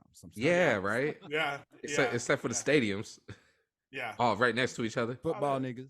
Yeah, Everybody goes to Fort Worth. Fort Worth is where everyone Yeah. will go. Down to the stockyards, down to all that. Like that's where the party's at. yeah, Yo, yeah. the- Fort Worth is yo, a good time. In Fort Worth, they actually got a kind of fire rodeo out there. Yes, they do. And I'm biased because I'm from the Houston rodeo. That's the biggest rodeo in the world. But Mm-hmm. the Fort Worth rodeo ain't no slouch, dog. Yeah. Never been to a rodeo. That's we'll Hey, do that too. we That's all part of need the to go release Rodeos for are the party. fun, bro. rodeo. I just went to the Austin rodeo when I was in South by Southwest, Dope. and I saw Flow Rider. We need At to the click rodeo? up and Put go on a to show. the Houston rodeo, bro, because the Yeah. Houston rodeo lasts for like 2 weeks. Yeah. It's like No, a we do need to go. fairground with like amusement rides. You got Buns Trill Burgers out there. Mm-hmm. Man, and they be having star. I remember a couple years ago, Blink-182 headlined the Houston rodeo. Oh shit! The Dude Ranch. Yeah, Dude. the Like, Dude fuck Ranch. Oh, Trav. Okay, speaking of rodeos, there was a movie that came out called 8 Seconds, and I believe Luke Perry starred in that movie. Okay. It's a good little movie right there that I grew 90s up on. movie? So, We speaking on of the trivia movies, game, bro. yeah, right. Speaking of like this movies. podcast. So speaking of movies, we are developing our DJ biopic cinematic universe, like the MCU Marvel Cinematic Universe, or like the DCU DC like that. universe. Shout out James Gunn. Got Guardians of the Galaxy coming out, and then he's gonna turn around and do the Superman movie for Get that money. DC. So got the money. Wild bag. Wild, right? He might be the greatest superhero movie director of all time. We'll see. Might be. But with our DJ biopic cinematic universe, who is playing Fat Tony? And it could be anybody in the entertainment realm, dead or alive, or even animated. This is a damn good question. Let me think. My head first went to, even though he probably got to put on a few pounds for this, my head first goes to Lakeith Stanfield. Yeah, Because I could see that. he's funny and a great dramatic actor, and he's already a rapper, so he wouldn't need training to do the performance scenes. I'd be honored if that nigga played me in anything, even doing a cameo as Fat Tony. Even if I'm there for comic relief, Yeah. I'm with it. Yeah. Lakeith, there's very few movies that you see him do, movies or shows that you see him do that you don't look at and you have to like, yo, that's him. Yeah. Every character is him. Like there's a bit of him. I mean, I know that actors, have a little bit of them inside their characters, but you really see it with Lakeith, and especially the season finale of Atlanta. Oh my man. God. He's just That totally that oblivious, episode totally was aloof him. to everything. He carried that whole episode like it was nothing. He's by far, him and Paperboy, they were the number 2 people, the number 1 and 2 people that I was. What's rooting for Paperboy's that name? whole show. Brian T. Henry. And he's a great actor too. Mhm. Incredible, Real because I distinguished heard actor. I saw an interview with GQ and him, and I had no idea.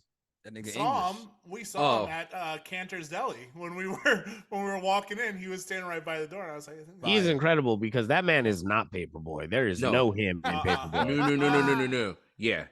Yeah, he is definitely not Paperboy. He is not Paperboy at all.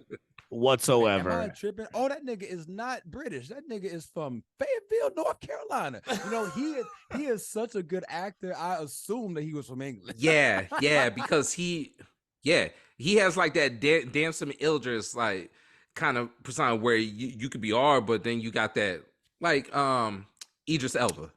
Yes, bro. You I know? mean, I'm like looking at his Wikipedia. He got his master's from Yale School of Drama, so he can't be Yeah. that bad. Yeah, He's He's a real actor. definitely a theater kid.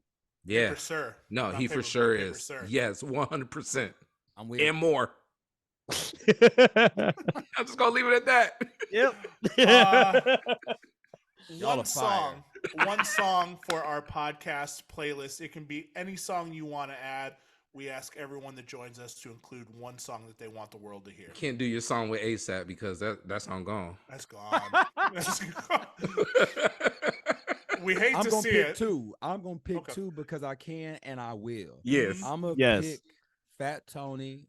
I like because it's my most recent song. I just put that shit out, produced by Young Skirt. You know what? Fuck it. I'm gonna put three because I got to put that Fat Tony and Paul Wall. Hey baby, K Paso. Yep. Let's That shit's go. crazy. Yep. Yes. And for my third pick, I gotta pick my favorite rap group of all time, UGK. And the song is Diamonds and Wood because I feel like Yeah. Oh yeah, that's the man. best song. Yeah. And it encapsulates so much of what they're great at. It has vulnerable moments. It has dramatic moments. It has moments where they're bragging. It has songs where they're going back and forth about their morals and how it feels with them. And the whole beat, which Pimp C and N.O. Joe intended it to be like this, the whole beat feels like you're listening to a screw tape. Mm-hmm. And it's based on a Bootsy Collins sample. And I'm a motherfucking I'm a baby funkadelic my damn self. Yeah, I love same. Parliament. I love George Clinton. I love their whole vibe. I'm with that forever. Yes, sir. As Those are my someone, picks, man. those are fucking great. Yo, those are picks. crazy good. Thank picks, you, man. yes. I Great love picks. that. One question left that I want to ask. We usually ask people, young DJs and producers, what you for those listening, what you would recommend for a young DJ or producer as advice that you want to leave them. You can feel free to answer that one, but I also want to know too, as someone who does everything within the music industry, what is the legacy you want to leave? Great questions. So my first piece of advice for producers, DJs, I'd say spend as much time as you can, as early as you can, to really understand music, whether that means understanding music history and having a wide knowledge of different songs, especially popular songs throughout the years, and having them on your hard drive so you can get to them quickly when you're making music or being a DJ. And I also say learn music theory, try to pick up an instrument because the more that you learn about the history of music and the knowledge of songs you have, and the more that you learn about music theory and what keys go with each other and like how to really make the whole set feel like it's one big musical piece, the better you will be as a DJ. Even for an audience that might not have the music knowledge that you have or the understanding of music theory that you have, they will feel like, damn, I had a great night out. There won't be many moments where people are like, oh, why'd he change to this? So this feels awkward, or this is totally a different tempo than his last song. And I'd also say, if you're a DJ, learn to work the mic too, because I feel like that's a part of being a DJ that's kind of slept on. A lot of DJs like to get a host to come through, and then the host is going to be talking all over the mic, and that's too much. But if you can control it, it's a great way to segue between songs and keep the momentum going, especially if you're going from like a big leap, like going from one genre to a totally different genre or one tempo to a totally different tempo. It'll just keep the whole shit entertaining. And as for my legacy, I want my legacy to be someone that always stuck to his guns and always played the game his own way. I've always made music that I wanted to make. I've always taken jobs that I've wanted to take. I've never made any moves as an artist or an entertainer or anything like that solely to get more attention or to be liked. I only dig deep for what makes me feel good and what makes the most sense to me. And sometimes I land on something where I'm like, yo, I think people are going to like this. But I'm not thinking first, what are they going to like? And then going into my imagination, because that shit doesn't really work. Man, I know one thing that you landed on was Gambling Man, the mariachi remix, boy. Thank you. I'm gonna be playing that Cinco de Mayo, man. Man, turn it up. And I had to do it because when I made Gambling Man with the producer Goldeneye, when we were making the song, he was like, "What do you want to make a song about today?" And in my head, I was like, "Yo, I picture a man that's all by himself, and he's lonely, and he's in a desert, and he's lost, not just lost on the map, but lost of where his life can go next." And that was the origin of that whole song. I was also talking to Goldeneye a lot about the Tejano scene, about mariachi music, cumbia, and I was telling him that I'd love to incorporate some of those sounds in this album because it pays homage to how I grew up in Houston. You know, all that music. When I go back to Houston and I'm a DJ, if I play a Selena song, no matter who the crowd is, it always gets the biggest reaction of the night every time, whether it's a black crowd, a hipster white crowd, a Latinx crowd, Asian crowd, it doesn't matter.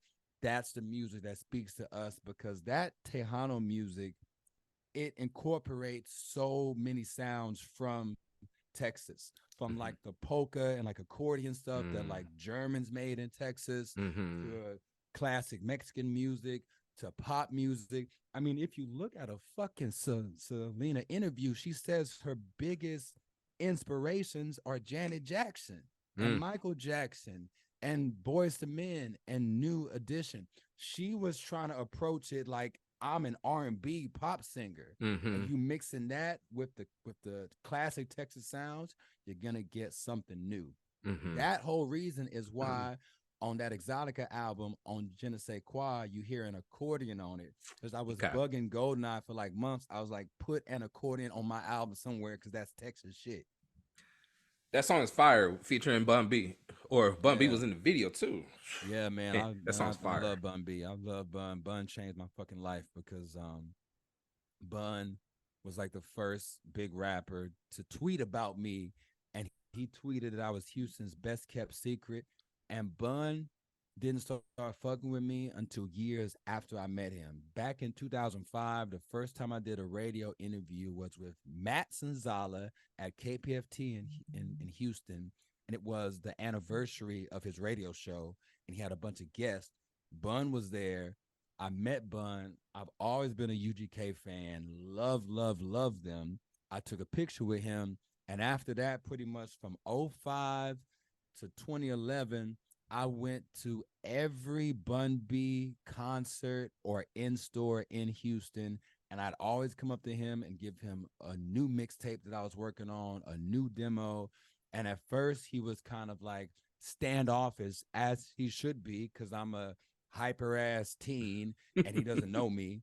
But then in 2010, out of nowhere, he tweeted that about me when I put out my first album, Rabdar Gab. Then in March 2011, I had a birthday party, which was also like the album release party for Screwdar Gab, the OG Ron C version of my first album, Rabdar Gab. And Bun B came to the fucking birthday party at this bar. I didn't invite him.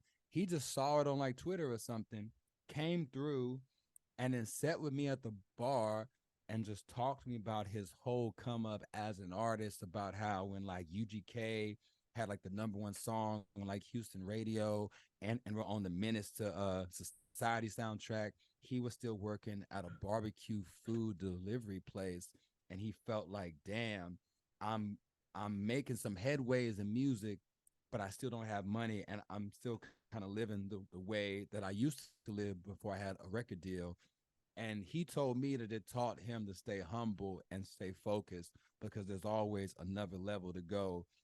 And I took that game and ran with it. he is the nicest guy. He's the There's no one nicer than Bun B. Like, he doesn't need to be as nice as he is and as welcoming to everyone as he is.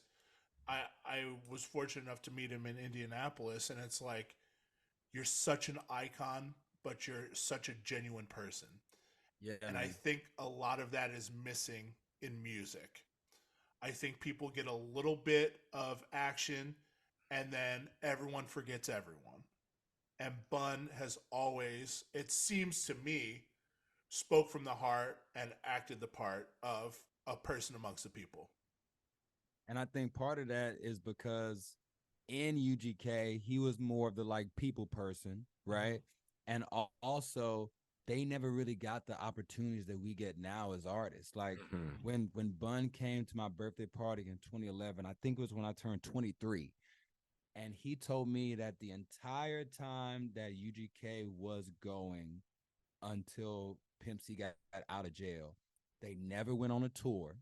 They never had a publicist. They never had a booking agent. All these things that are kind of commonplace now, they were still grinding like in like a van with Pimp C's mom as their tour manager, playing some hole in the wall clubs. And they got a gold album with Riding Dirty. They had hits. They getting big looks. They on the Jay-Z big pimpin' song, but they still couldn't get a album release day from Jive Records. They were still grinding as if they were just regional or local artists, because that's how the industry treated them. And I think it's like those setbacks or the lack of those opportunities that makes him the kind of man that's like, yo, I gotta go shake every hand, I gotta greet every fan, I gotta see what's out there for me next. Yeah. It's fucking chip on the shoulder. He fucking Jimmy Kim Butler. from- Bun B and Jimmy Butler are the same. Oh my god. No, Sorry, I, Neek. I do want to, Tony, I want to give you your props, man. Watching your interviews and seeing, when you spoke to the class and everything, you're one of the most self-aware people in this music business, and I wanted to take a second and give you a shout out, because that's hard to come by nowadays. It's hard to come by real people that are like, can see from all vantage points, that are, you've been in it for a minute, and maybe that's a test to that. You've seen people come and go. You've seen these iterations of a flash in the pan and stuff like that, and still kept pushing through. I saw, you posted on IG, like, I took a break. I took a break from socials. I took a break to get my mind right. Yeah. And, my hat goes off to you, man, because that's the dope shit to me. That's what's cool. Like, Thank being you, that man. self-aware and knowing yourself. And I think it's really important to be honest with yourself and be honest with the people that are your fans, the people that support you, the people that follow you, the people that repost you, the people that actually care. And it's never escaped my mind, not even for a second, that I am so lucky to do what I get to do and have the opportunities that I have and get to express myself and make money from it and live a decent life and have so much fun and get to meet people like y'all. Like if I never took a chance with artistry ever in my life, who knows the fuck that I'd be doing? I could be working on like a fucking like a oil job or some shit, or doing construction, or who fucking knows, you know what I mean? I didn't finish college. I didn't have a lot of opportunities growing up. I was mostly broke for the bulk of my 20s. But I think another thing that I'm very lucky to have is I'm not afraid to take a chance. I'm not afraid to step back from something when it's not working. And I'm not afraid to get on the grind and figure out the next step when something is working. I never try to get caught up in the hype of anything. Anytime I have a win and you see me, I'm at peace. Like, I'm not just like going crazy about it, because I'm like, all right, I'm thankful that this worked. What am I going to come up with next? How do I keep this train going? Because I'm trying to be in this for my entire life. Let's go. Enough said. Fat Tony. Enough said. Man, He dropped it. He dropped the mic. He dropped the mic. Before we go, are you still going to do mushrooms before you ever go on stage again? I have to ask. You know what? Probably not. But I've had a lot of fun doing mushrooms and going on stage.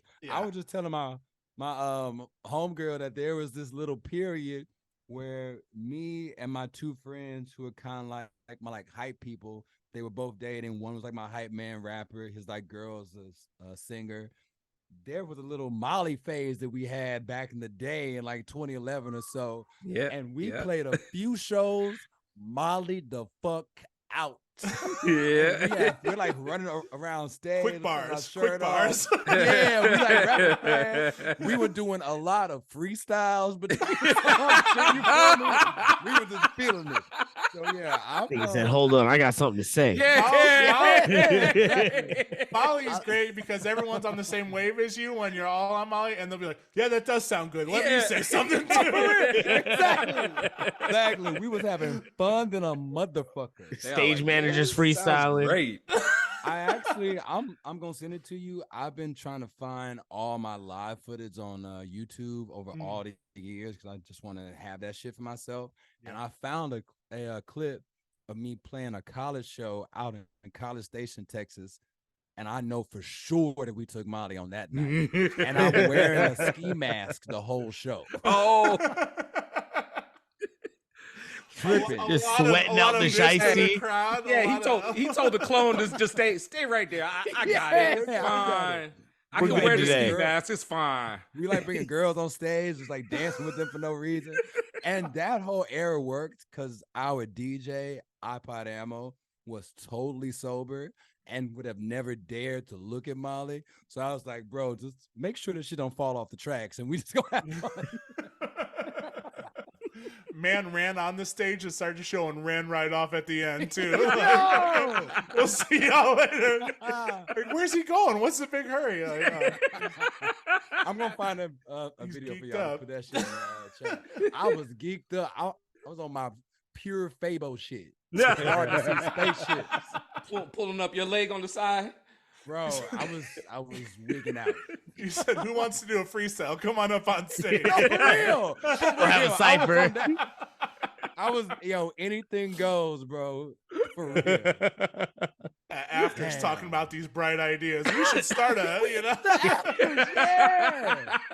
guys want to start a food truck? I think maybe a thrift store. I don't even know. Something. Business discussions and afters. It's 11 a.m. in New York. Come on. Like, what It's 11 a.m. That's a long after. Golly. Okay, here's the video. I am definitely rolling during this show. That's the damn. It's only a minute long clip. Look, somebody twerking on me. I'm like wearing the fucking. Oh my god. Please watch this shit right now. Let's see. All right. Oh Wait until the 8-minute mark, the 8-second mark. This one, I'm wearing shades. I'm wearing a ski mask with some shades. This is chaos. Hold up. Yo. Right. About to pull this up right now. Please. Oh my god. Yo, this is and my great. homeboy holding the camera. He is rolling too. Yeah, for sure. He's like, oh god. That is so Let's funny. go. Man, shout out to that young lady. She twerking her life out. She is twerking her life out, though. She's back in the day. This is Hey, great. I mean, if we could get the camera steady, here we go. Yeah, see the camera. It was on one, my nigga. Camera rolling, man, making me feel like I'm on it. This was 2011. This was right at the end of Four Loko. Yeah, and Colt 45 had energy drink that was like, Bro. oof. Colt 45 Blast, I think it was called. And this shit Colt 45. There's Mickey's. I had a farewell Four Loko party in my parents' garage back in the day, and all the homies came through. No. Yo, Tony, you remember Sparks? Sparks, that was the one, man. Spark, that was the one. On the Sparks, my nigga. Sparks was the other shit. I preferred Spark over Four Loko. That was me, though. Me too. The Sparks was more that, Yeah. I fell in love. I fell in love over Four Loko Pong. I believe you. I would have too. I would have too. And you know what? I'm gonna drop one more video for y'all to watch. Y'all can watch it later. This is my first video. So me and my friends, so my girlfriend, every time she comes to Houston and is around me and my friends and my cousins, she always hears us talking about how off the chain we were in 2009.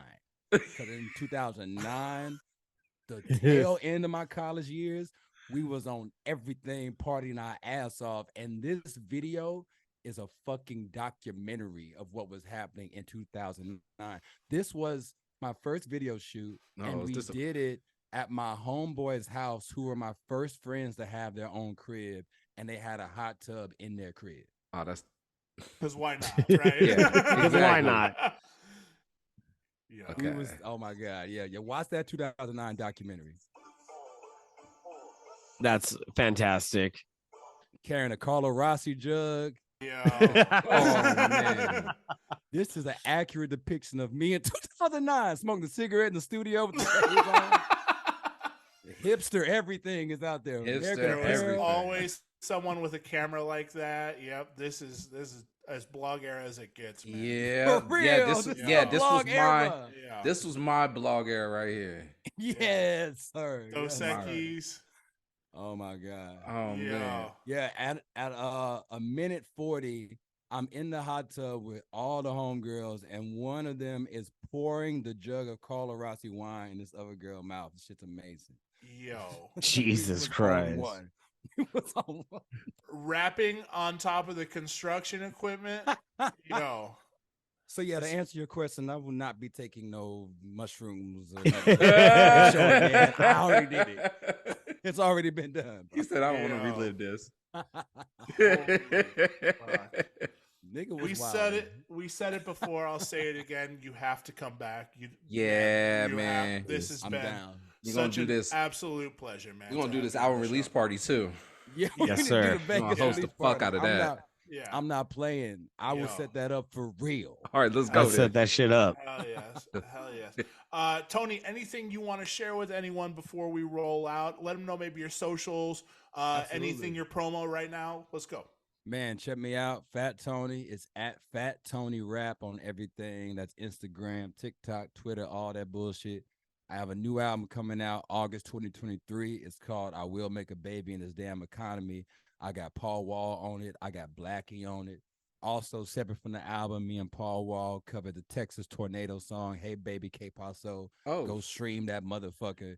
some fire. I'm going to just keep it coming, man. I got some surprises. And also, please check out my zine, my magazine, Found Me Mag. Let me turn this damn blur off. There we go. Yeah, Found Me Magazine. This is my pride and joy. This is a project that me and my boy Matthew do. We pretty much get arts grants to do it, and any money that we make from selling the magazine or the merchandise, we never touch it. This project is not for profit. All the money that we make goes back into the project.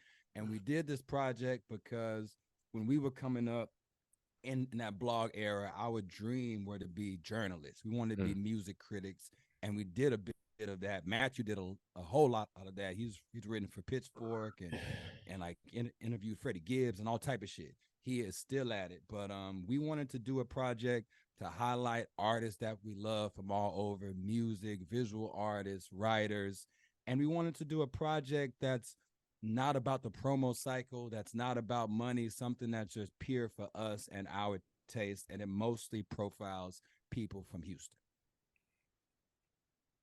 Hell yeah. Let's go. So check that out. It's Let's go. foundmemag.com. Foundmemag.com. That's the website. You can see the articles, see the old issues, see the merch. All that shit is on there. Check that out. Follow Tony too on IG. There's a link right underneath to the magazine's Instagram as well. So make sure you can check that out. What an absolute pleasure, man. Thank you. Yeah, man. Thank you man. so much, man. Fat Tony. Fat Tony. Love y'all. Yo, Thank you, man. Thanks for Man. having me. Shout out to Oreo Jones for introducing me to y'all, man. Hey, yeah, shout out. God. Big shout Man. out to Sean, man. And make sure you check out Tony. If he's anywhere near you, make that drive, make that trek, and, Yeah. and come party with, man. Bring him mushrooms. Not for on stage, but Not for the for on long stage. haul. After. Definitely. Yeah. Yeah, Definitely. yeah, We can yeah. After definitely we do can't mushrooms have him after sitting on the front of the show. stage laughing at college kids. Yeah. He's Tell him the my boys God. said- supposed to be rapping, not laughing, man. What are we doing here? Bring the having ski too much mask and fun, man. sunglasses. Oh man, you trying to get a nigga divorced? I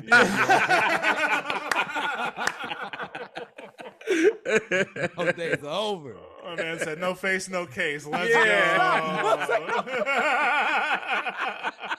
Stupid. Oh my god. We out of here. We'll see y'all. Pack it up, Thanks a y'all. lot, y'all. Thanks, Tony. Peace.